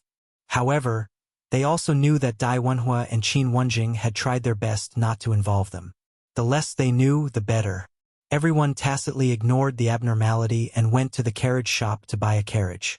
Yundong originally wanted to rent one, but she had encountered the robber previously. In order to avoid more trouble, she bought a carriage and drove back. Seeing that his mission was completed, Qin Shu heaved a huge sigh of relief and sat on the ox cart with a smile. "Brother Shao, Brother Dai, Sister Gu, this is it. I wish you all a safe journey. Sister Gu, thank you for telling me so much about the outside world. They'll remember your words. Goodbye." He was about to leave when Yundong pulled him aside and gave him 10 taels of silver. "We're the ones who should thank you. Take this as our food and accommodation expenses. You can keep it." Qin Shu widened his eyes and quickly retracted his hand. No need, no need. Didn't you treat me to a meal too?" I'm already very satisfied after coming to such a good restaurant and eating braised fish. I can't accept this. Take it, Gu Yundong insisted. This is what you deserve. If you really don't want it, then buy something for the people in your village. Didn't you say that they helped you a lot? You can help them now. But this wasn't his money. Even if he helped, he wouldn't be the one helping. But Qin Shu could not win against Gu Yundong's decision. After some thought, he could only say, Then I'll use this silver to buy some rice, flour, grains, and oil and send them to the uncles and aunties in the village. They'll say that you gave them to me. Up to you. If she gave him the money, it would be his. How he dealt with it was his own business. Qin Shu heaved a sigh of relief. Only then did he feel that the silver in his hand was not so hot. However, he was still happy in his heart. After bidding farewell to Gu Yundong and the others, he took the money to buy food, cloth, and daily necessities. He placed them in the ox cart and transported them back. When they returned to the village, someone immediately realized that there were many things on the carriage. Qin Shu chuckled and said that these were all given by those guests. Then, he asked the village chief to help distribute them to everyone. The village chief knew that these were definitely for Qin Shu alone. Only this silly boy would take them all out to share. However, he knew how to be grateful. He knew how to repay his uncles and aunts in the village. It was still very gratifying. The villagers were all sensible people. Some of them refused to accept it and said that they had not helped much. However, if they did not accept it, Qin Shu simply left it at the village chief's house. The village chief was speechless. In the end, it was the village chief who spoke up and helped to distribute them. After that, there was still a lot left for Qin Shu to bring back. When Qin Shu returned home and opened the rice jar, he realized that there were 2 large bags of rice and flour inside. For a moment, his eyes were a little moist. He thought that if he had the chance to see Sister Gu again in the future, he would definitely repay her well. These were all things for another time. On the other side, after Gu Yundong and the others parted ways with Qin Shu, they drove the carriage back. Dai had yet to return. Although Gu Yundong and Shao Qingyuan did not say anything, they were very slow. It was not until the next afternoon that Dai rode his horse over. Chapter 747. Coax Him. After 2 days of recuperation, Dai Zhong had completely recovered. As soon as Dai arrived, he leaned over and whispered into Dai Wenhuo's ear. The latter's expression instantly turned serious. He said to Shao Qingyuan directly, I have something urgent to attend to and have to leave first. I can't return to Fengkai County with you guys. I'm sorry. Shao Qingyuan naturally wouldn't stop him. All right, let's meet in the prefectural city another day. Until next time. Until next time. He cupped his fists at Shao Qingyuan and nodded at Gu Yundong. Then, he took the horse that Dai had brought over. He flipped over and jumped. He suddenly shook the reins and ran away like lightning. Dai and Dai Zhong bade farewell to the 2 of them and immediately followed. Not long after, the 3 of them rode further and further away and disappeared from Gu Yundong's sight. She and Shao Qingyuan looked at each other and shrugged. Looks like we have to go back ourselves. The 2 of them didn't ask or be curious about what urgent matter Dai Wenhuo had. However, without waiting for Dai, the 2 of them were still much faster. 2 days later, the carriage finally arrived at the town where Yongfu village belonged, Qingyuan town. Looking at the familiar place, Gu Yundong took a deep breath and relaxed. She made Shao Qingyuan slow down. I just returned to Yongfu village for 2 days and am already deep in the mountains. Yunshu will definitely be unhappy if I only go back after so long. He'll buy something to coax him. Yes, perhaps her father had also returned from the prefectural city. She felt that it was probably not enough to buy 1 or 2 things. She would see if there were any novel things in this town. Due to the different directions, they didn't need to pass through Fengkai County to return from Anbei town. They directly returned to town. Therefore, if they wanted to buy anything, they could only choose from town. Between the town and the county city, Gu Yundong was more familiar with the county city. She had only visited the town a few times. Now, she realized that there seemed to be a few more shops in this town that sold canned food. Gu Yundong and Shao Qingyuan went in to take a look. Although the shop assistant was enthusiastic, the can was different from her product. She held the bottle to her nose and smelled it. She even smelled a strange smell.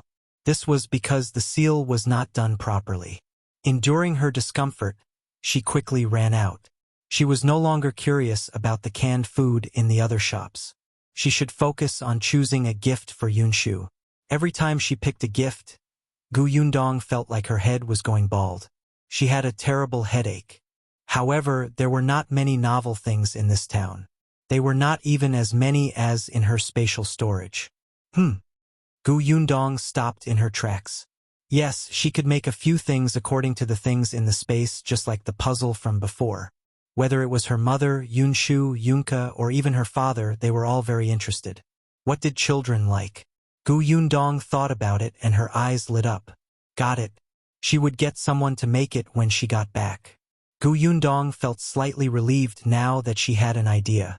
Just as she was about to get back into the carriage, someone patted her on the shoulder.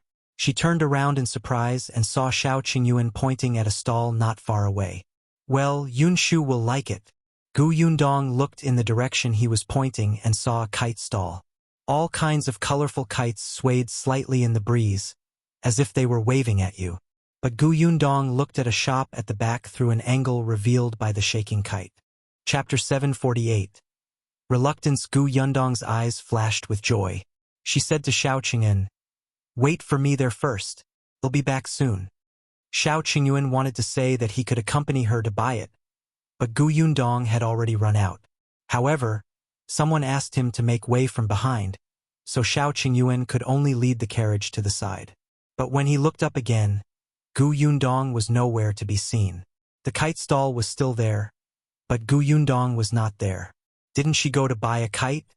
Where did she go? At this moment, Gu Yundong was already standing in the shop behind the kite stall. This was a shop that sold bows and arrows. Other than bows and arrows, it also sold some materials for bows and arrows. The business looked ordinary, but the shopkeeper sat happily at the door drinking tea and basking in the sun. He did not seem to care much. When he saw Gu Yundong enter, he slowly stood up and asked with a smile, "Miss, do you want to buy a bow or a custom-made bow? How long does it take to customize a bow?" The shopkeeper smiled and said, "That depends on what you need. An ordinary one can be obtained in 10 days to half a month. If you want top-notch materials, it might take half a year to a year." That long? Gu Yundong frowned. Wasn't this too long? After some thought, she asked, "Then how much are the best bows and arrows sold here? What are you buying the bow and arrow for? Do you learn to use it at home? Or do your brothers use it to practice archery? Or do you go hunting in the mountains?" In this day and age, there were different types of bows and arrows. In terms of arrows alone, they were determined by the different uses such as combat, field hunting, school review, signals, and so on. Arrows used for combat were not allowed among the commoners. If they were discovered, they would be captured and executed. As for bows, there were also simple and complicated ones. The price was differentiated by the size and material of the bow. If a girl like Gu Yundong needed it, the bow would most likely have some accessories to make it look good. Gu Yundong listened to the shopkeeper's introduction and was a little curious. So there was such a big difference in bows and arrows? However, the bow and arrows she wanted to buy were mainly used for field hunting. She simply wanted it to be durable. The shopkeeper seemed to be in a good mood and took out a few types for her to see. Gu Yundong took them one by one and tried them out. How should I put it? They don't seem to have much feelings. Although she did not use a bow and arrow, she had a crossbow. Once she picked up this crossbow, the blood in her body would faintly become excited. But the bow in front of her did not make her feel so. The shopkeeper saw her serious expression and laughed. "Miss, are you not satisfied with these few? Anything else?" Gu Yundong put down the last bow and asked. The shopkeeper hesitated for a moment before saying, "There's one more." He went to the storeroom at the back and carefully moved one out. Gu Yundong's eyes lit up at the first glance. When she took it and tried it, she nodded hurriedly. "I want this." The shopkeeper clicked his tongue. "I can't even bear to sell this bow. You sure know how to choose." Then are you selling it? If you can't bear to part with it, why are you still taking it out? Who are you lying to? The shopkeeper snorted. I'll sell it for 12 taels of silver. Yundong gave him a banknote without hesitation. The shopkeeper immediately beamed with joy. All right, go ahead and pick the arrows. 80 copper coins for an arrow. At least 20 arrows. Since you didn't bargain, I'll give you 5 for free. Chapter 749. Is that Niu Dan? Yundong could not help but feel emotional. No wonder people said that the poor studied books while the rich practiced martial arts. It was not easy for people without any capital to learn martial arts. She bought 100 arrows in one go. It was a little heavy, so she asked the shopkeeper to help move them into the carriage. Unexpectedly, just as she turned to leave, she saw Shao Qingyuan standing at the door in a daze. Her eyes lit up and she ran to him with her bow. Why are you here? Why? Did you buy the bow and arrows? Shao Qingyuan's voice was low as he asked uncertainly. Yundong's eyes curved into crescents. Of course they're for you. She handed the bow in her hand to him and went back to get the quiver. The shopkeeper at the side shouted, Hey, miss, you already have someone to help carry it. I'm old, so I won't go. Yundong glared at him. Shopkeeper, I bought so many things, but you didn't even carry them for me. This is not how this business works. Then, she took her quiver and walked to the door to push Shao Qingyuan out. Let's go, well just take this. The shopkeeper felt that this person was too shameless. She bullied the old man and he regretted giving her those 5 arrows for free. But he had no choice. He could only follow with the remaining arrows. After the 3 of them carried the bow and arrows into the carriage, Yundong thanked the shopkeeper. The shopkeeper snorted and turned to leave. Yundong shook her head. I'm the only one who doesn't mind. Otherwise, with this attitude, it would be strange if the shop could continue operating. Isn't that right, Brother Shao? As she spoke, she turned around and saw Shao Qingyuan's lips curl up as if he was very happy. What's wrong with you? Yundong waved her hand in front of him, but Shao Qingyuan grabbed her wrist. Yundong was stunned. She quickly looked around and pulled her hand out. We're on the streets. This person was getting bolder. Shao Qingyuan said, I have a bow and arrows. Why are you giving these to me? Your bow and arrows have been used for a long time. Last time I said that I would give you my crossbow, but you refused. The bow and arrows are the treasure of that shop. I tested the feel of it. It's not bad. How did you feel when you held it just now? Very good. Every gift from her was great. Yundong was relieved. Seeing that his gaze was becoming more and more passionate, he hurriedly coughed and said, I haven't bought my kite yet. I'll go buy a kite. Before she could finish speaking, she quickly fled. Shao Qingyuan looked at her back view, his heart warm. He looked at the bow and clenched it tightly. When Yundong returned, she was holding 4 kites. There were 4 kites and 4 patterns, but the colors were a little monotonous. Yundong wondered if she should go back and paint them by herself. At this moment, her expression was much better. She carried the kites and got into the carriage. Let's go back. The corners of Shao Qingyuan's mouth curled up slightly. He didn't look at her anymore. The carriage drove towards the entrance of the town again. Yundong heaved a sigh of relief. When the kites were put down, she lifted the curtain and looked outside. Although the town was not comparable to the county, it was still very lively. But very quickly, this liveliness was heard by Yundong along with this discordant voice. She turned her head slightly and frowned. She quickly said to Shao Qingyuan, Brother Shao, stop the carriage first. As soon as the carriage stopped, Yundong quickly lifted the curtain and pointed at a figure not far away. Is that Niu Dan? Chapter 750. I'll uphold justice for you. Let's go take a look. Shao Qingyuan jumped down from the shaft, and so did Yundong. The 2 of them took a few steps forward and arrived at the entrance of a school. Wasn't this school the Wenhuo hall where she had sent Yunxu over but was not satisfied with that pedantic teacher? Niu Dan was indeed studying here. However, the current Niu Dan was standing outside the school, shouting that he had been wronged. His book basket had fallen to the ground and he did not have time to pick it up. His face was filled with stubbornness, but his eyes were red.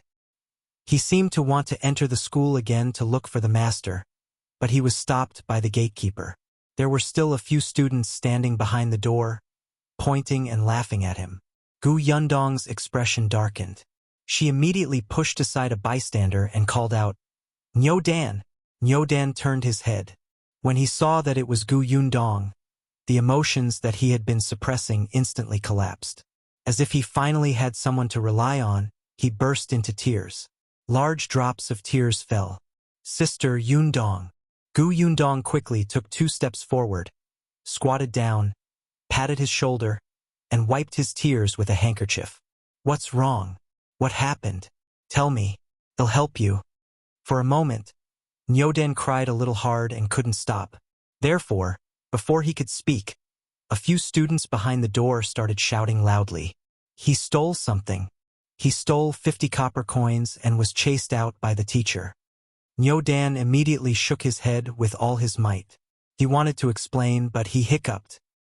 He was immediately angry and anxious, and his tears fell even more fiercely.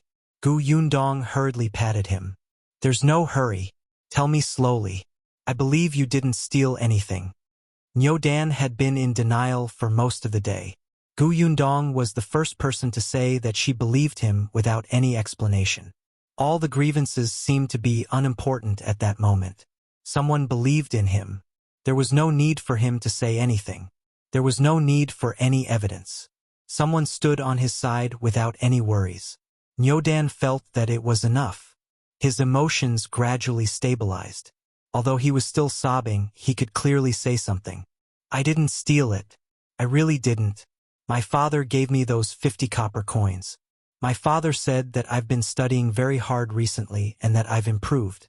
He rewarded me and told me to buy what I wanted. I just haven't thought of what to buy, so I kept those 50 copper coins with me. It's useless." He wiped his face.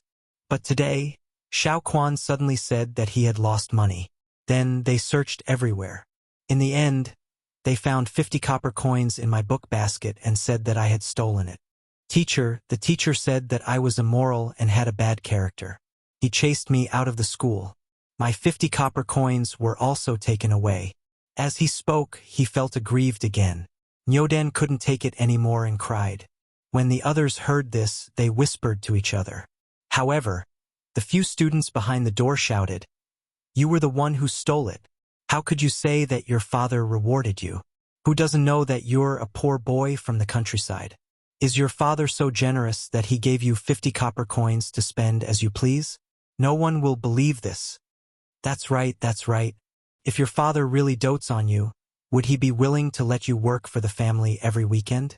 The teacher has already told you several times to focus on your studies and not be affected by other things, but you refuse to listen. Just the rise of 1 place on the ranking was considered improvement. Is your father willing to give you so much money? If you find any errors, ads pop up, ads redirect, broken links, non-standard content, etc., please let us know report so we can fix it as soon as possible. Chapter 751. Tear down your school. I got 3rd place last time. My father only gave me 5 copper coins to buy candy. My family owns a shop in town. How dare your father give you 50 copper coins? Are you kidding me? You stole Shao Quan's money. Don't deny it. It's useless even if you call your sister over. Do you think she dares to settle scores with the teacher? Our teacher is an elementary scholar, and your sister is just a country bumpkin. The veins on Yundong's forehead throbbed as she listened. Niu Dan was even more anxious. Not only did these people scold and slander him, they even slandered Sister Yundong. They were too much. However, Qingyuan raised his head and looked at the students with a sharp and cold gaze. Among the few students, the oldest was only 13 or 14 years old. Once Qingyuan became ferocious, he could even scare an adult man, let alone these bookworms who only knew how to act tough and never see the world. Immediately, someone trembled and took a few steps back. The others suddenly stopped shouting and did not even dare to breathe loudly. Niu Dan looked at Yundong uneasily. Sister Yundong, it's fine. They'll seek justice for you. Putting aside the fact that Niu Dan often came to her house and called her elder sister all day long, his enthusiastic look made Gu Yundong treat him as a younger brother. He had such a good relationship with Yunxu. His father worked in her workshop and his grandfather was Chen Liang. She could not ignore it. No matter what, she had to clear his name and take back the money that belonged to him. Gu Yundong believed that Niu Dan had 50 copper coins as pocket money. This was the red packet she had given Chen Jinbao. At that time, she heard Chen Jinbao mutter that Niu Dan had been improving in his studies recently and he would give him a reward. She patted Niu Dan's shoulder and stood up. She looked at the gatekeeper and said, "Call your teacher out." The gatekeeper snorted. "You think you can tell me what to do?" The gatekeeper seemed to be different from the one Yundong had seen before. Compared to this, the gatekeeper from last time was much more polite. Shao Qingyuan saw his arrogant look and suddenly took 2 steps closer to him, kicking the door behind him. "Go and call him." "You, how dare you? Do you know what this place is?" Shao Qingyuan looked at him coldly. "I'll give you 10 seconds. If I don't see the teacher, I'll tear down your school." The gatekeeper's expression changed. Seeing that the man did not seem to be joking, he could only point at him with a trembling finger. You wait." Then he quickly turned around and stumbled to call for help.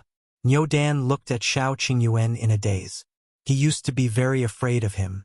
He had personally seen Shao Qingyuan throw a child into the water and almost drown him. After listening to Yunxi's brainwashing, his impression of Shao Qingyuan changed slightly, but he was still afraid. Who knew that Sister Yundong would be engaged to him? Niu Dan felt that this was like a dream. For this reason, he didn't dare to go to the Gu family for a few days. Later on, even if he went to the Gu family and often met Shao Qingyuan, he never spoke to him. However, he did not expect that one day, this man called Wolf Cub would actually stand in front of him. He was so tall and majestic like a mountain, as if he could help him block all the wind and rain. Niu Dan felt that he was actually not scary at all. He felt that he had let the man down by calling him a wolf cub in the past. He felt a little sad. At this moment, the gatekeeper came out with the master of the academy. If you find any errors, ads pop up, ads redirect, broken links, non-standard content, etc., please let us know report so we can fix it as soon as possible. Chapter 752. Your request is strange. Before the teacher reached the door, he said angrily, "Who dares to cause trouble here?" The gatekeeper followed behind him. He pointed in the direction of Shao Qingyuan and Gu Yundong and added fuel to the fire. "It's them. They seem to be Chen Jingwen's siblings. They heard that Chen Jingwen was chased out of the school and came over to defend him. Chen Jingwen did such an unbearable thing and didn't allow anyone to say it. That man almost kicked the door down." The other students, who were so frightened by Shao Qingyuan that they did not dare to speak, also went forward to complain as if they had found a backer. "That's right, teacher. They're barbarians. No wonder Chen Jingwen dared to steal money. It's because his family has such a brother and sister who can't differentiate right from wrong." His sister also said that no matter what Chen Jingwen said, she would believe him. The master's expression was ugly. He stood at the door in a few steps. He glanced at Shao Qingyuan. Then his cold gaze landed on Niu Dan. He was a teacher after all. Niu Dan was a little afraid of him and subconsciously took a small step back. Gu Yundong sneered and took 2 steps forward. She looked at the teacher and said, "The teacher is here. That's good. I want to ask, do you have any evidence that our Chen Jingwen stole someone else's money?" The teacher frowned. He did not talk to women. Hence, he looked at Shao Qingyuan. "Are you Chen Jingwen's brother?" Shao Qingyuan couldn't even be bothered to look at him. The teacher immediately said angrily, "I'm talking to you. Don't you even know the most basic etiquette?" Shao Qingyuan finally gave him a look and said, "She's talking to you. Are you deaf?" "You?" The teacher was so angry that his chest heaved. After a long while, he said, "I don't talk to women. I don't talk to brainless people." Gu Yundong almost laughed out loud. Shao Qingyuan's mouth was so sharp. She secretly applauded him. "You're saying that I'm brainless? I'm an elementary scholar. I'm a dignified elementary scholar. I'm rich and knowledgeable. To be able to teach here, compared to a country bumpkin like you, our difference is simply heaven and earth. You actually say that I'm brainless. Yundong finally could not help but laugh. This is the first time I've heard someone praise themselves so exaggeratedly in front of so many people without batting an eyelid. How shameless. What did you say? This time he was willing to talk to the woman. Yundong smiled. As expected, you're deaf. I say you're shameless. Say that again. Yundong was surprised. This is the first time I've heard such a strange request. Since you're so sincere, I'll reluctantly repeat again. I say, you're shameless. The teacher was so angry that he almost fainted. If not for the gatekeeper supporting him from behind, he would have fallen to the ground and made a fool of himself. However, he was still so angry that he could not say a word. Yundong asked, can we talk nicely now? If not, I want stand on ceremony. The teacher's expression became even uglier. This was a threat. A threat. He did not expect this woman to be so shameless and despicable at such a young age. Then he'll ask again. Why did the teacher conclude that Qingyuan stole the 50 copper coins? Why did he think that the 50 copper coins were not given to him by his father? Where's the evidence? On the basis that he has a criminal record and is a habitual thief. Before the teacher could speak, a cold shout suddenly came from inside. Immediately after, Yundong saw a familiar figure walk out. If you find any errors, ads pop up, ads redirect, broken links, non-standard content, etc. Please let us know report so we can fix it as soon as possible. Chapter 753.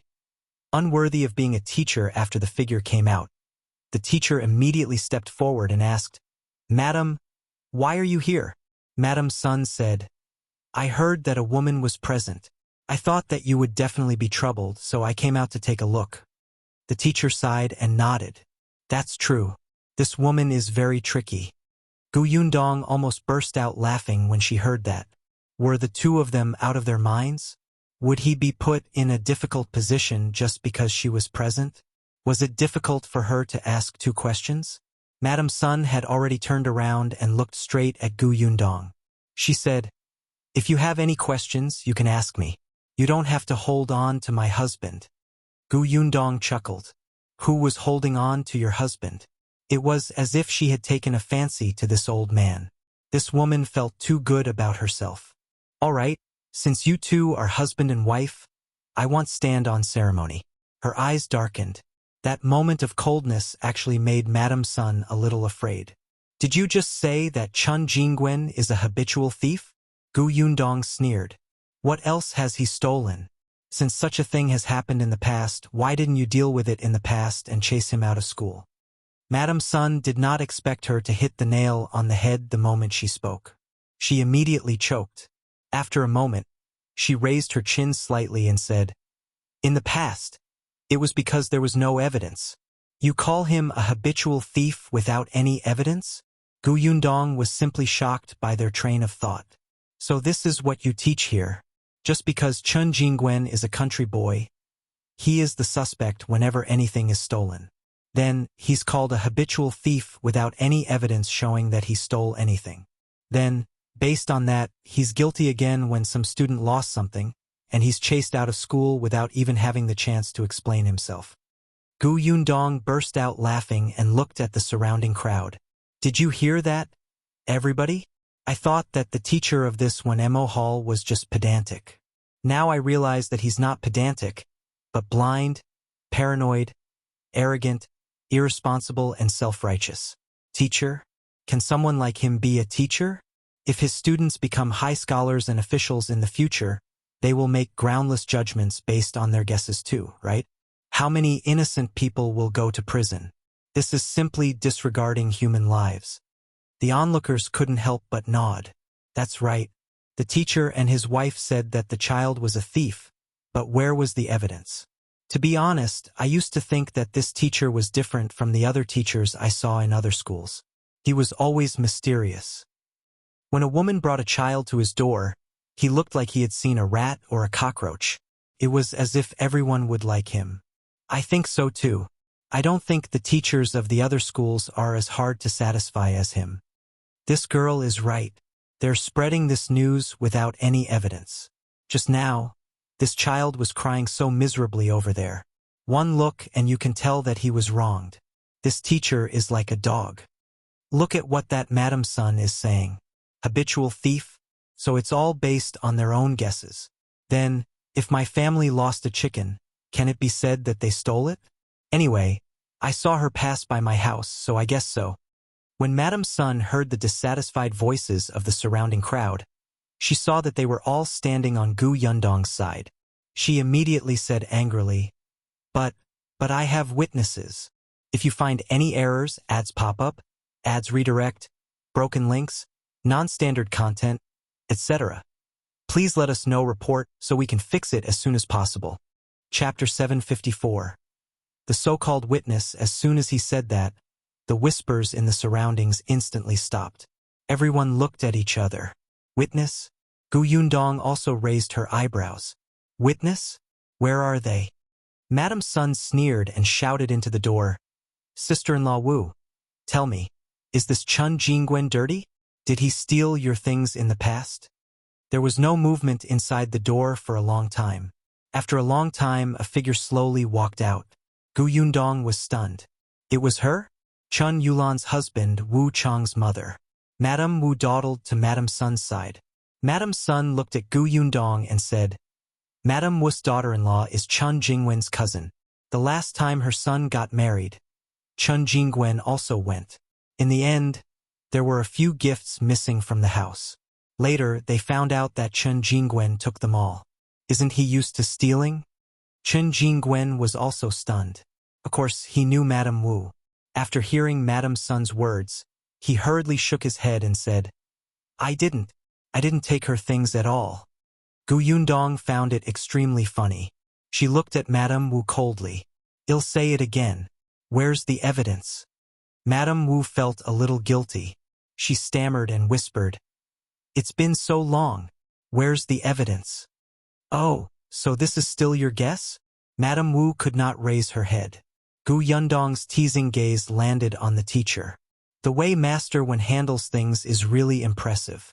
On one hand, he says that he doesn't talk to women, but on the other hand, he can suspect his student of stealing and chase him out of the school because of a woman's unreasonable guess. The teacher trusts this Auntie Wu very much. I'm impressed. Master Wen's expression changed drastically, and he quickly explained, Just what? Yes, he had indeed listened to his wife's words, which was why he did not have a good impression of Chun Jingwen. And his wife had also listened to Madame Wu's words and made pillow talk. At the end of the day, the cause was indeed Madame Wu. Master Wen was furious. He suddenly looked at Madame Wu and said, Tell me, why are you so sure that he stole your things? Under everyone's gaze, Madame Wu knew that if she did not say anything, she would probably not be able to raise her head in the future. She secretly took a deep breath and suddenly raised her head.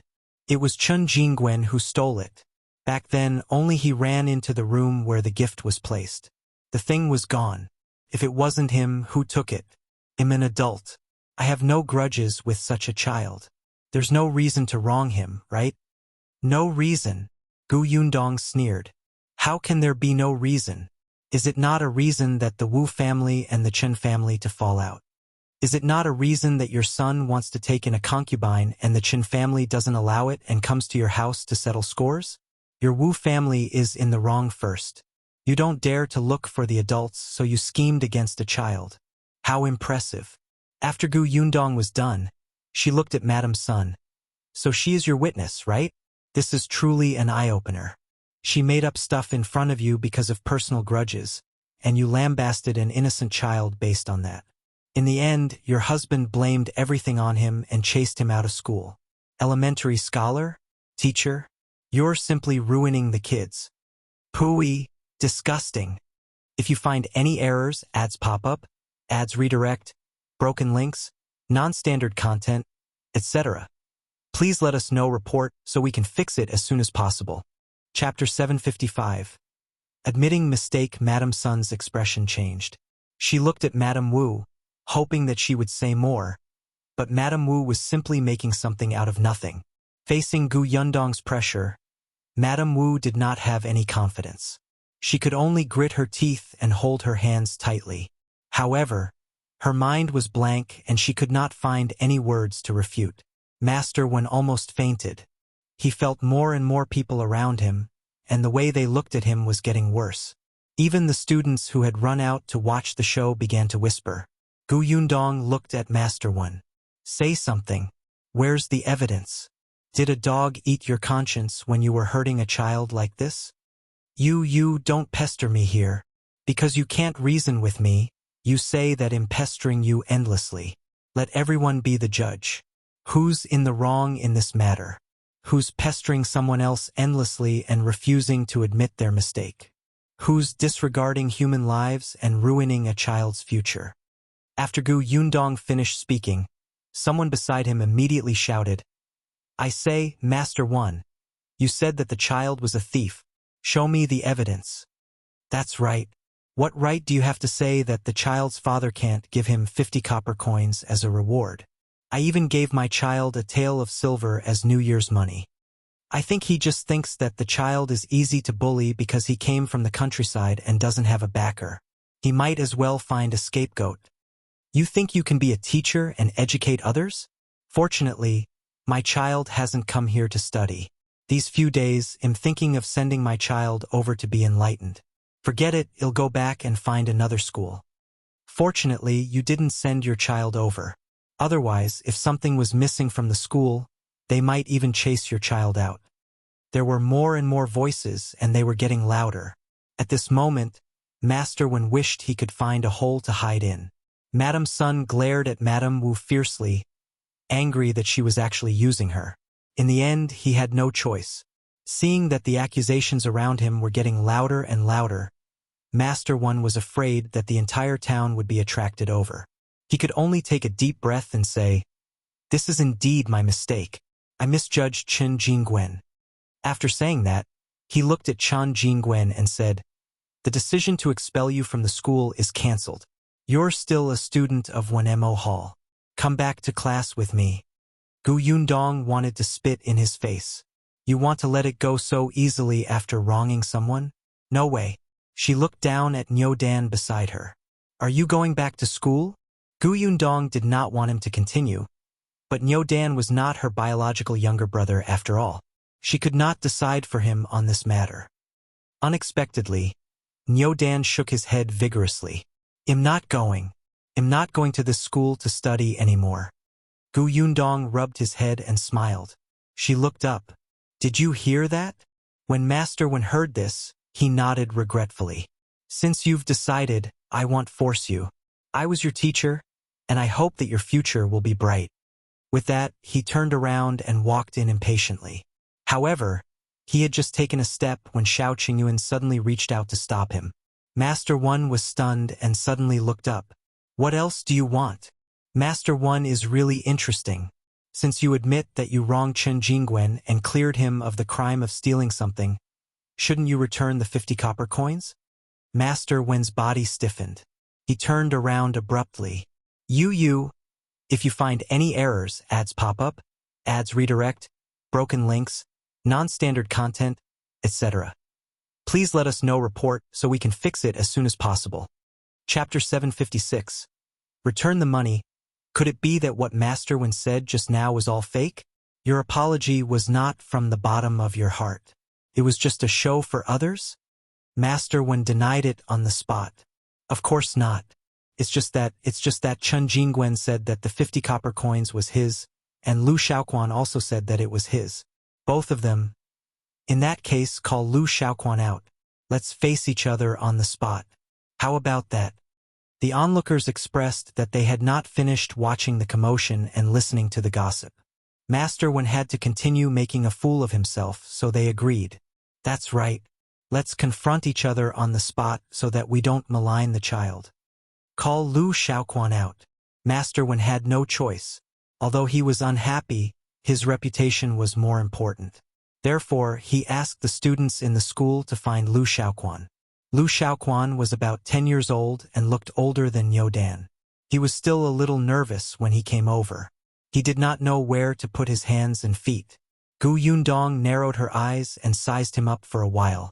When he walked out of the door, she asked, "You said that the 50 copper coins is yours, right?" Liu Xiahui quickly nodded. "It's mine." "In that case, is there any mark on the 50 copper coins?" "Mark?" Liu Xiahui looked surprised and reached into his pocket. He really could not understand what mark there was on the money. He was still young and it was his first time doing such a thing. He could not take it anymore in the face of a wily old fox like Gu Yundong. He lowered his head and did not dare to look up. Gu Yundong continued, "You might not know, but Chen Jingwen's 50 copper coins were given to him by his father in front of me. Before giving it to him, his father happened to be writing and accidentally knocked over the ink, so the 50 copper coins were stained. I have ink on my 50 copper coins. They were stained when I was doing my writing this morning. So, he couldn't finish. In an instant, he felt that his mouth was too fast and that something was wrong. Gu Yundong smiled and asked Niu Dan, "Is there ink on your 50 copper coins?" Niu Dan shook his head. "No, there's no color on my copper coins. Oh, a few copper coins are stained with soil. I plan to wash them properly when I get back." Gu Yundong smiled and looked at Master One and the crowd. Did everyone hear that? Now let's see what the 50 copper coins look like. Shall we? Liu Xiahui was too young and flustered. The others were not stupid and could tell that something was wrong in an instant. Master Wen's face was even more ashen. He looked at Liu Xiahui and shouted coldly, "Aren't you going to take out the 50 copper coins?" Liu Xiahui was so frightened that he trembled and took out a string of copper coins. Master Wen looked carefully. There was no ink at all, and there was indeed soil on 2 copper coins. It was obvious who was telling the truth. His cold gaze landed on Liu Xiahui. "Tell me, is this 50 copper coins yours?" Master One was usually very dignified. With this solemnness, the kid was immediately frightened to tears. "It's not mine. I accidentally saw Chen Jingwen counting copper coins in the corner. In a moment of greed, I deliberately said that it was mine. Boo-hoo, I was wrong, Master. Don't chase me away." Master Wen's expression was very ugly. Madame Sun, who was beside him, was speechless for a long time. Shao Qingyuan took the string of copper coins from Master One and handed it to Niu Dan. "If you find any errors, ads pop up, ads redirect, broken links, non-standard content, etc. Please let us know report so we can fix it as soon as possible." Chapter 757. Brother Shao, thank you with the money back. Gu Yundong did not want to pester them anymore. She believed that the people's eyes were sharp and the news spread quickly. It wouldn't be long before everyone in this area knew what Master One had done today. For a person who valued his reputation more than anything else, it was enough for Master One to suffer for a long time. But before she left, Gu Yundong gave him a blow. To find the truth in such a small matter with such a simple question, even I can easily judge it. However, Master One made such a simple case so complicated. As expected of the knowledgeable elementary scholar. Today we have all learned something. Pfft. Someone couldn't help but laugh. Master One finally couldn't take it anymore. His footsteps began to become unstable, and his fingers trembled. Gu Yundong's eyes widened. Was he going to faint again? Was she going to add another feat to her glorious achievements? Unfortunately, Master Wen's resistance was relatively strong. In the end, with the help of the gatekeeper, he held his chest and panted as he entered. Madame Sun also hurriedly covered her face and followed in. The other students lowered their heads and looked at each other. In the end, they quickly turned around and left with faces full of shame. In an instant, only Liu Xiahui and Madame Wu were left at the door. It was the gatekeeper who had returned and pulled the sobbing Liu Xiahui in. Madame Wu stood alone at the door and was pointed at. Gu Yundong glanced at her. She would tell Qinliang everything about the Wu family. As for how they would deal with it, it was up to them. She looked at the aggrieved and resentful Niu Dan and smiled. "Let's go." Niu Dan wiped his face and smiled. He took the 50 copper coins and ran to the side to pick up his basket before following Gu Yundong to the carriage. When he got into the carriage and saw the kite and Bao inside, His eyes widened. Sister Yundong, did you buy these for Yunxu? Yundong saw that his eyes were filled with envy and desire. Thinking that he had suffered greatly today, she gave him one. This is for you. Niu Dan looked at her in surprise. You're really giving it to me? You don't like it? Yes, I like it. He hugged the kite, and his face returned to its usual cheerful expression. Gu Yundong heaved a sigh of relief. This child's recovery ability was quite strong. Niu Dan held the kite for a while before carefully putting it down. He then looked up at Gu Yundong and pursed his lips. After a while, he said, Sister Yundong, thank you. You're welcome. Niu Dan lifted the curtain of the carriage again and said to Shao Qingyuan, who was driving, Shao, brother Shao. Thank you. I won't call you a wolf cub anymore. You're better than them. Shao Qingyuan was stunned for a moment. In the past, he wouldn't have cared if Niu Dan thanked him or not. But now, he was still expressionless, but he nodded slightly. After some thought, he replied, No need. This is what I should do. Gu Yundong, who was sitting in the carriage, was overjoyed. Then, she felt a little sad. In the past, Shao Qingyuan had received malicious intent. Although he had slowly gotten better recently, there were not many people who sincerely respected him. Most of them were just afraid of him. However, she thought that things would definitely get better in the future. Wasn't Niu Dan an example now? At this moment, this little fellow looked at Shao Qingyuan with sparkling eyes filled with admiration. If you find any errors, ads pop up, ads redirect, broken links, non-standard content, etc., please let us know report so we can fix it as soon as possible. Chapter 758. I should have listened to you long ago. The three of them quickly arrived at Yongfu village in a carriage. Gu Yundong asked them to send Niu Dan back to the Chen family first. When the carriage stopped at the entrance of the Chen family's house, Madame Zhou was returning with a vegetable basket. She was stunned when she suddenly saw Shao Qingyuan sitting on the shaft of the carriage. When the curtain of the carriage opened, Gu Yundong's smiling face was revealed. Madame Zhou immediately smiled and greeted, Yundong, why are you here? Come in quickly. Before she could finish speaking, Niu Dan crawled out. At this moment, Madame Zhou really froze. She rubbed her eyes in confusion. In the next moment, she suddenly slapped her leg. Io, Niu Dan, why are you back? Shouldn't you be at school during this hour? When Niu Dan saw his family, the grievance from before surged up again. He immediately ran towards him with tears in his eyes. Grandma, I'm not going to school anymore. Madame Zhou had dropped the basket in her hand. She quickly hugged him and asked, What's wrong? What's wrong? Why are you crying? Who bullied you? Tell Grandma. Grandma will deal with him. As she spoke, she hurriedly shouted inside, Old Chun, come out quickly. Something happened. Before Gu Yundong could say anything, Madame Zhou already had such a huge reaction. If she said anything later, the woman would probably be even angrier. However, on second thought, it made sense. If her Yunxu was chased out of the school like a thief without distinguishing between right and wrong, she would have the urge to tear down that school. Chen Liang came out very quickly. He was a little more rational than Madame Zhou. Although he was also concerned about why Niu Dan had returned without a hitch, when he saw Gu Yundong and Shao Qingyuan, he invited them in first before asking about the situation. The group of people entered the central room. Madame Song, who was working at the back, also heard the sound and ran over. Gu Yundong tried her best to explain the matter in detail in a calm voice. Before she could finish speaking, she saw Madame Zhou and Madame Song begin to wipe their tears. Their hearts ached as they hugged Niu Dan. Even Chen Liang was so angry that his face turned green. His hands were clenched tightly, and he looked like he wanted to rush over and settle the score with that teacher.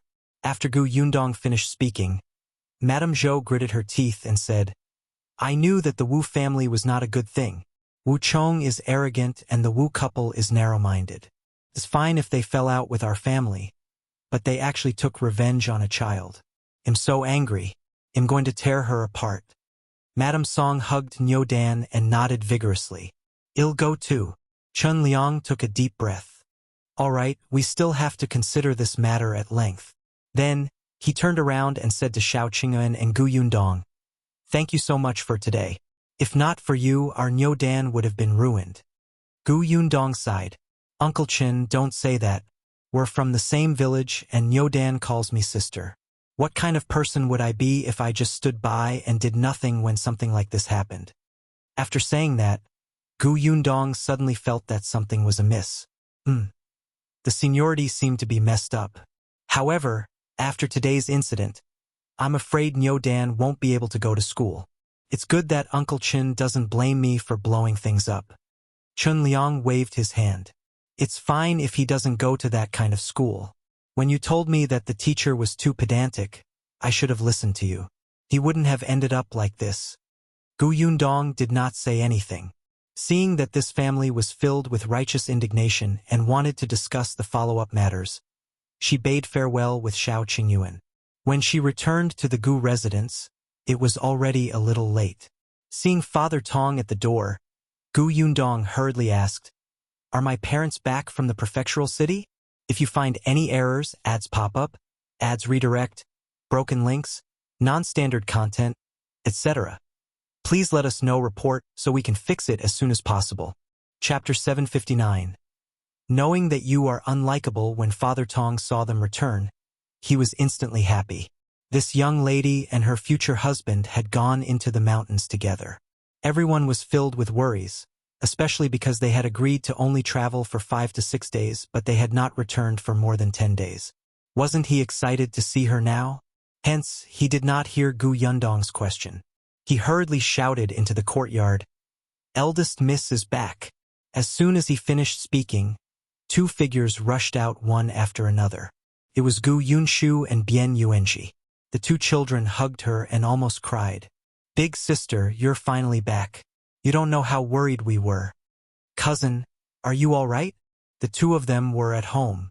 At this moment, it was time for them to be given the clothes-making vacation. Qin Wenzheng's school was on vacation, and so was Tianhai Academy.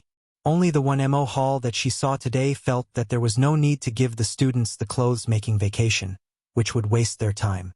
In any case, the students were from the nearby villages and towns. There was no need for them to go back and put on more clothes to ward off the cold. That was why Gu Yundong saw Niu Dan at the entrance of that school today.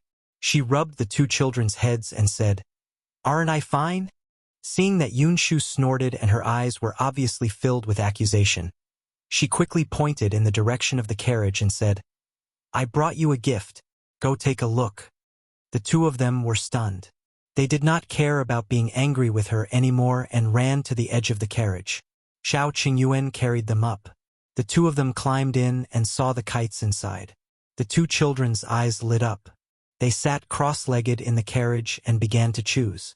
There were originally 4 kites, but after giving one to Niu Dan, there were only 3 left. The patterns that Gu Yundong had chosen were all pretty.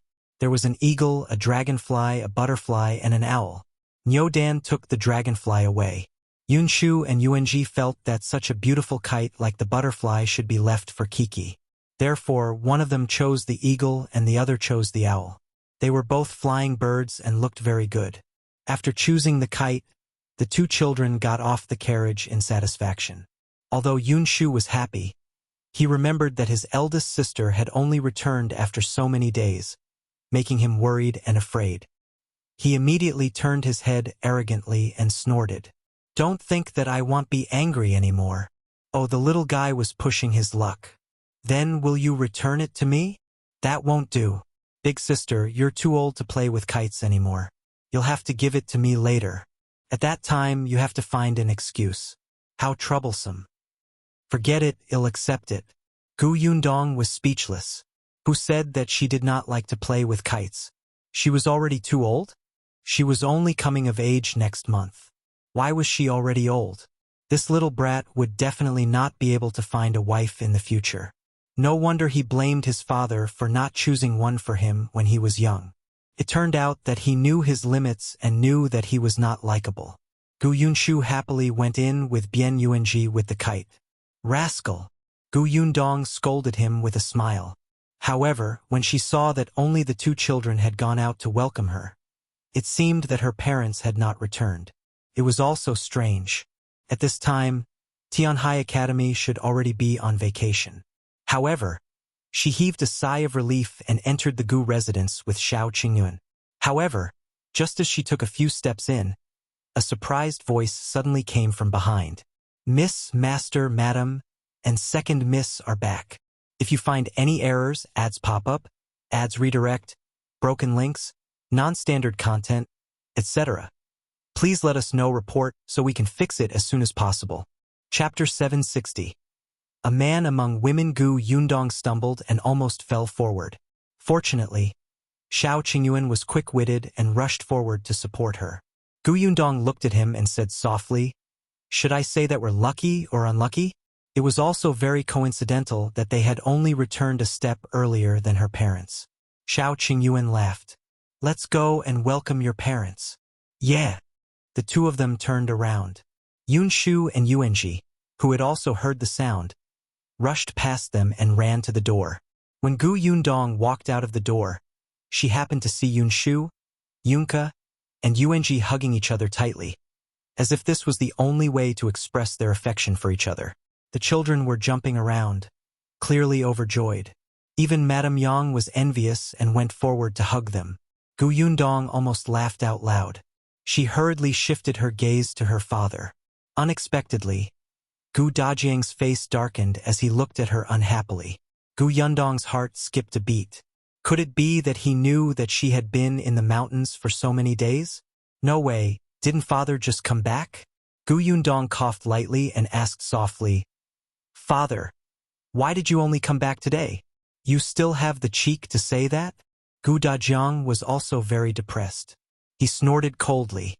"Your milk tea shop opened yesterday, but a few days ago, Shui Tao came to the prefectural city and said that you had something on and couldn't come. Eldest Miss Nye asked me to represent you. Otherwise, I would have returned 2 days ago." Gu Dajiang was unhappy. Firstly, he couldn't come back earlier. He had gone back on his word to his wife and daughter, causing Madame Yang and Kiki to lose their spirits. Secondly, he was a man, and the milk tea shop was specially open to entertain female customers. Although some men came to celebrate the opening day, most of them gave gifts and left. He was the only one who stayed there from the beginning to the end. Those women whispered to each other about him in a strange manner. Gu Dajiang still felt uncomfortable when he thought of that scene. He was a man, and he didn't know where to look when he was in a place full of women. Fortunately, Madame Dai saw through his predicament and let him come back first. Only then did he heave a sigh of relief. After listening to the entire process, Gu Yundong could only hold back her laughter and quickly apologize to him. "Father, you've worked hard. I know that you did something that you were unhappy about for me. You're the best father in the world." Humph. Although Gu Dajiang glared at her, he enjoyed what she said. He let Gu Yundong help him into the courtyard. After entering the courtyard and sitting down, Gu Yundong asked about the situation in the prefectural city. The milk tea was ready. Although Gu Yundong did not attend the opening ceremony, Madame Dai must have known that she had gone deep into the mountains. She had also told him about her family's matters, and briefly mentioned entering the deep mountains. Yunxu, who was at the side, glared at her while remaining silent. He did not say anything about his sister not returning home for more than 10 days. However, when Gu Yundong mentioned the matter of Niu Dan today, the little fellow finally could not take it anymore. He stood up and was about to run towards the Qin family. It was Gu Dajiang who quickly pulled her back. "The Qin family must be discussing this matter now. Don't join in the mess. It's the same if you look for him tomorrow." Only then did Yunxu calm down, but he still clenched his small fists and looked angry. Gu Yundong thought of something else.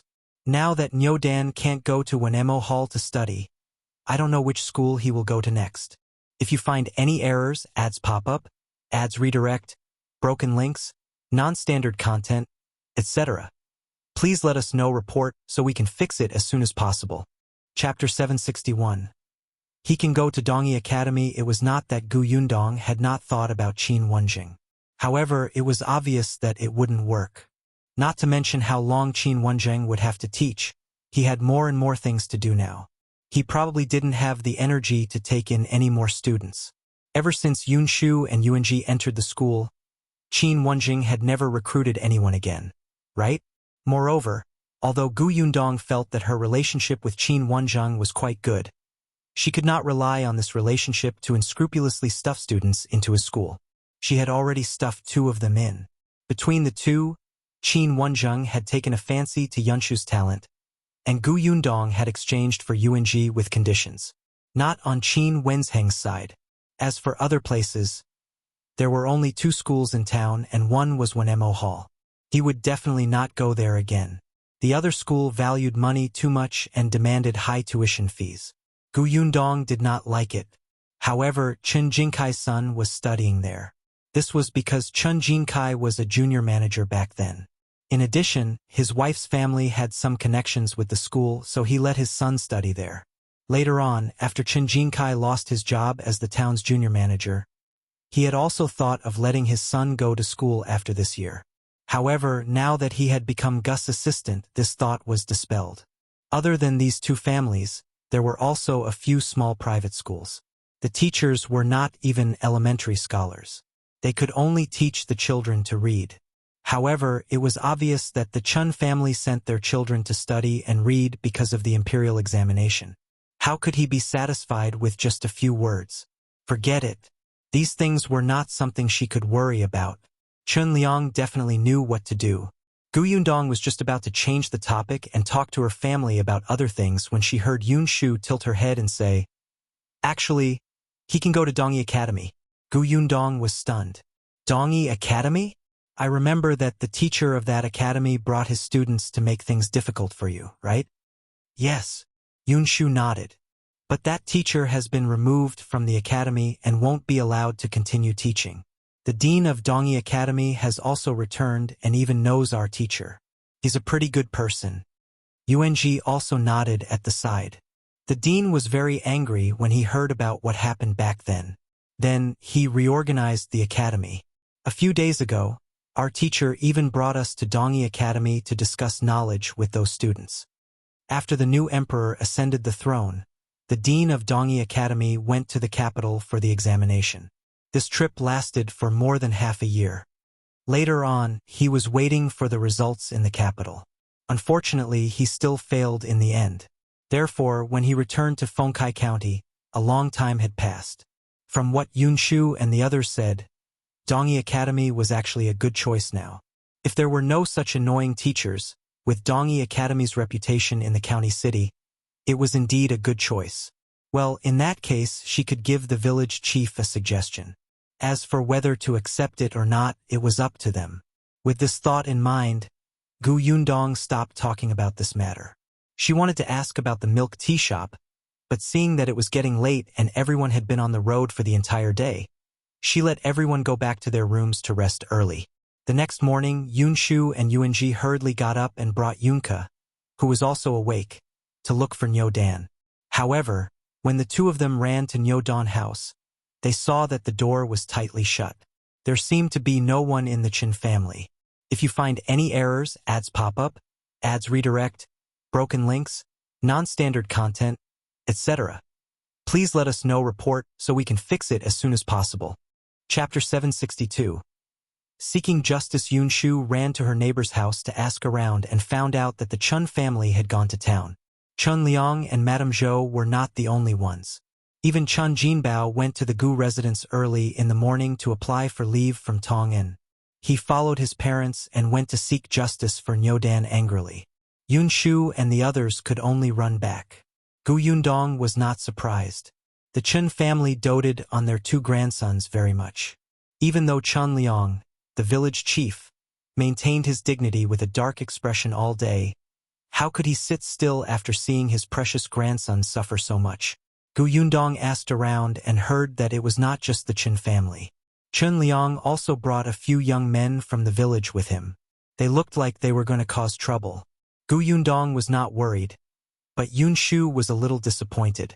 He did not see Niu Dan, so he could not join him in the crusade against those bad guys.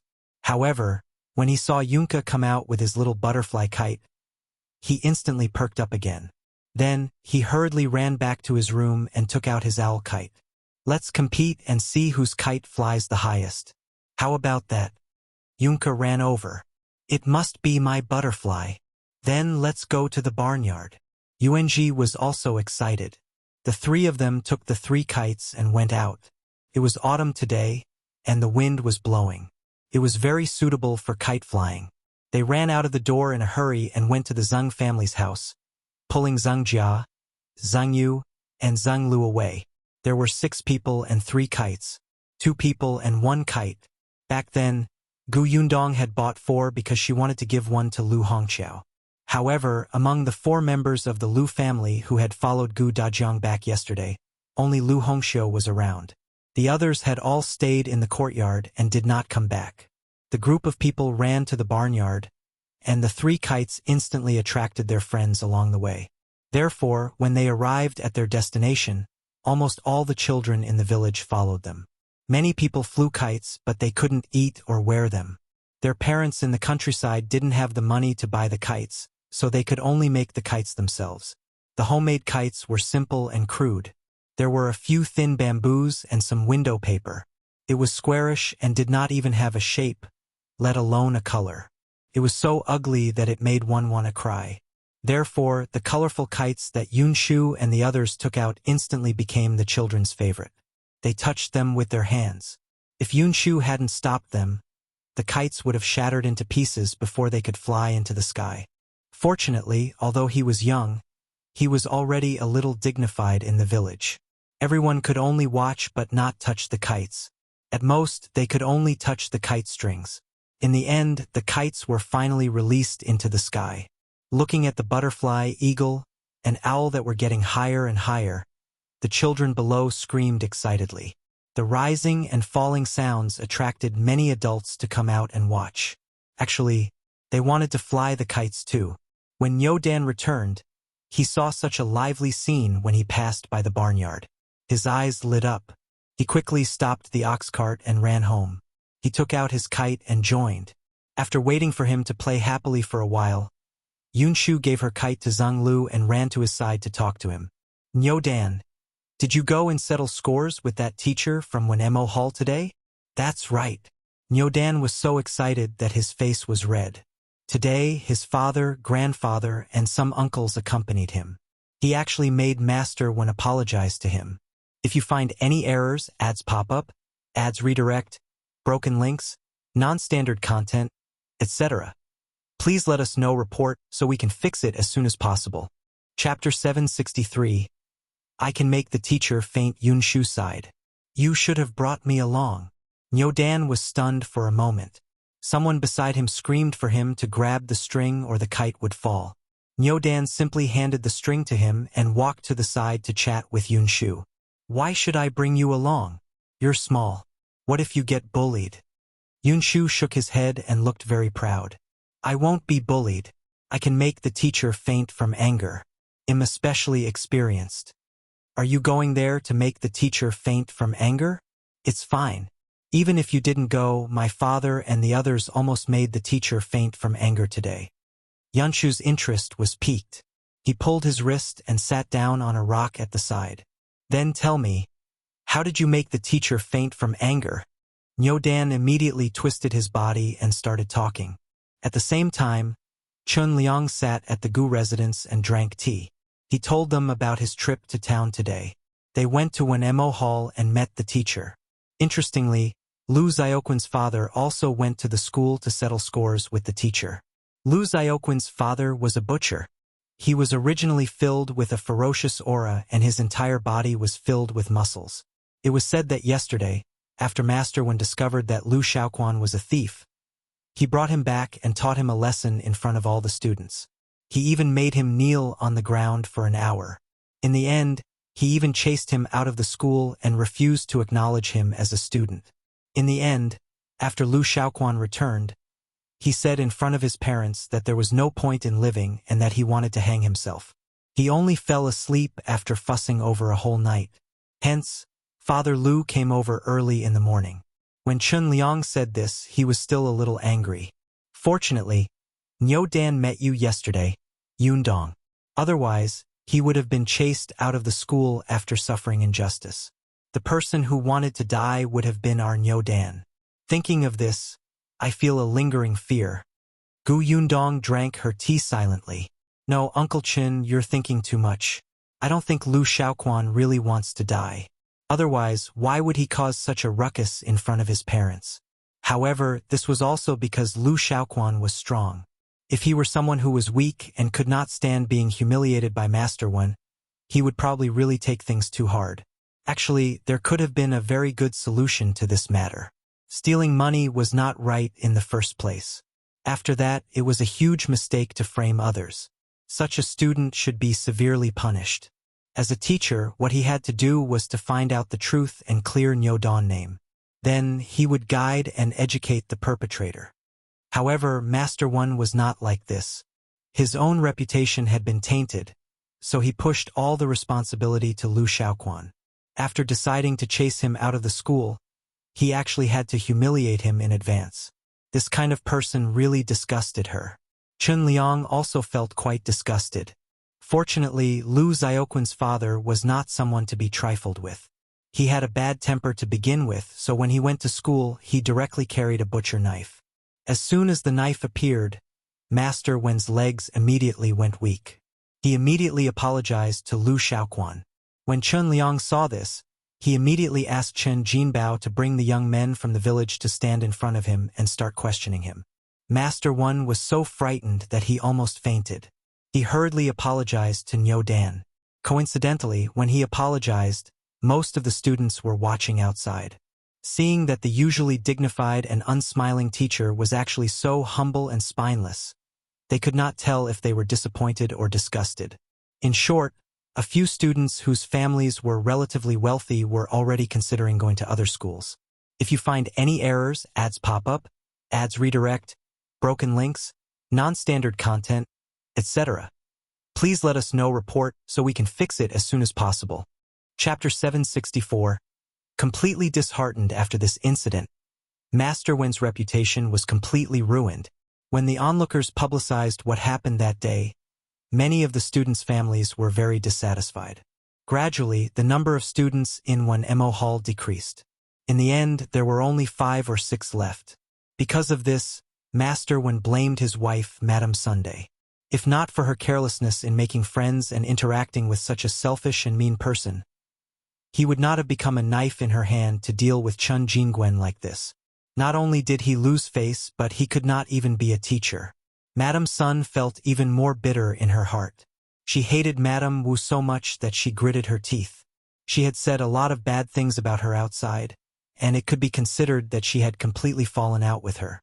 Chun Liang's family even got teacher want to refund Niu Dan tuition fees before leaving the school with a cold snort. When Father Liu saw Niu Dan, he wanted to settle scores with him. After all, Niu Dan was one of the people who had caused his son to seek death. However, the Chun family had many people. Just standing there made people's hearts beat like drums. Hence, he could only forget about it and leave angrily with his son. After Chun Liang and the others came out of Wenhuo Hall, they went to the Wu family. They had not forgotten that the culprit was Madame Wu. However, the Wu family had guessed that they would come to them, so they didn't come. Chun Yulan was the only one left to deal with them. Chun Yulan was still speaking up for Madame Wu. She even hinted that Niu Dan might really be dirty. Chun Liang had completely given up on her. In the past, he might have wanted to interact less with her, but now he had completely cut ties with her. Just take it that he had let his brother, Chun Tian, down. He would not acknowledge this niece. When Chun Liang told Gu Yundong about this, he was still a little dispirited. He couldn't figure out why things had turned out this way. Chun Yulan, who had married someone else, seemed to have become a completely different person. What could Gu Yundong say? It was not that she had become a different person, but that she had always been selfish. It was just that she could not pretend anymore and was exposed. However, when she saw Chun Liang's dejected expression, she comforted him in the end. It's good to see it clearly as soon as possible so that she won't bring even greater calamity to the Qin family in the future. Uncle Qin, don't be too sad. At least you've let Niu Dan off today. Chun Liang nodded. Yes, seeing that teacher apologized to Niu Dan, I feel much better here. As he spoke, he began to hesitate, as if he had something to say and was embarrassed. Gu Yundong asked curiously, "What's wrong? Is Uncle Chun in a difficult position?" "Yes, it's like this." Uncle Chun rubbed his hands and said, "Nyoden can't study at Wenhuo Hall in the future. I don't know where he should go in the future. Last time you said that you knew all the schools in Fengkai County. Which school do you think is the best?" Uncle Chun did not listen to Gu Yundong last time. Now he really regretted it. He was the village chief. In the past, he had thought that he was someone who had seen the world in this village. But now, compared to Gu Yundong, who had traveled everywhere and visited so many prefectures, he was just a country bumpkin. So he wanted to hear what she meant. Gu Yundong was about to talk him about this. But before she could say anything, Yunxu came in with Niu Dan and the others. When he heard this, Niu Dan immediately shouted with an intense reaction, "I'm not going to study anymore." Everyone was stunned and turned to look at him. If you find any errors, ads pop up, ads redirect, broken links, non-standard content, etc., please let us know report so we can fix it as soon as possible.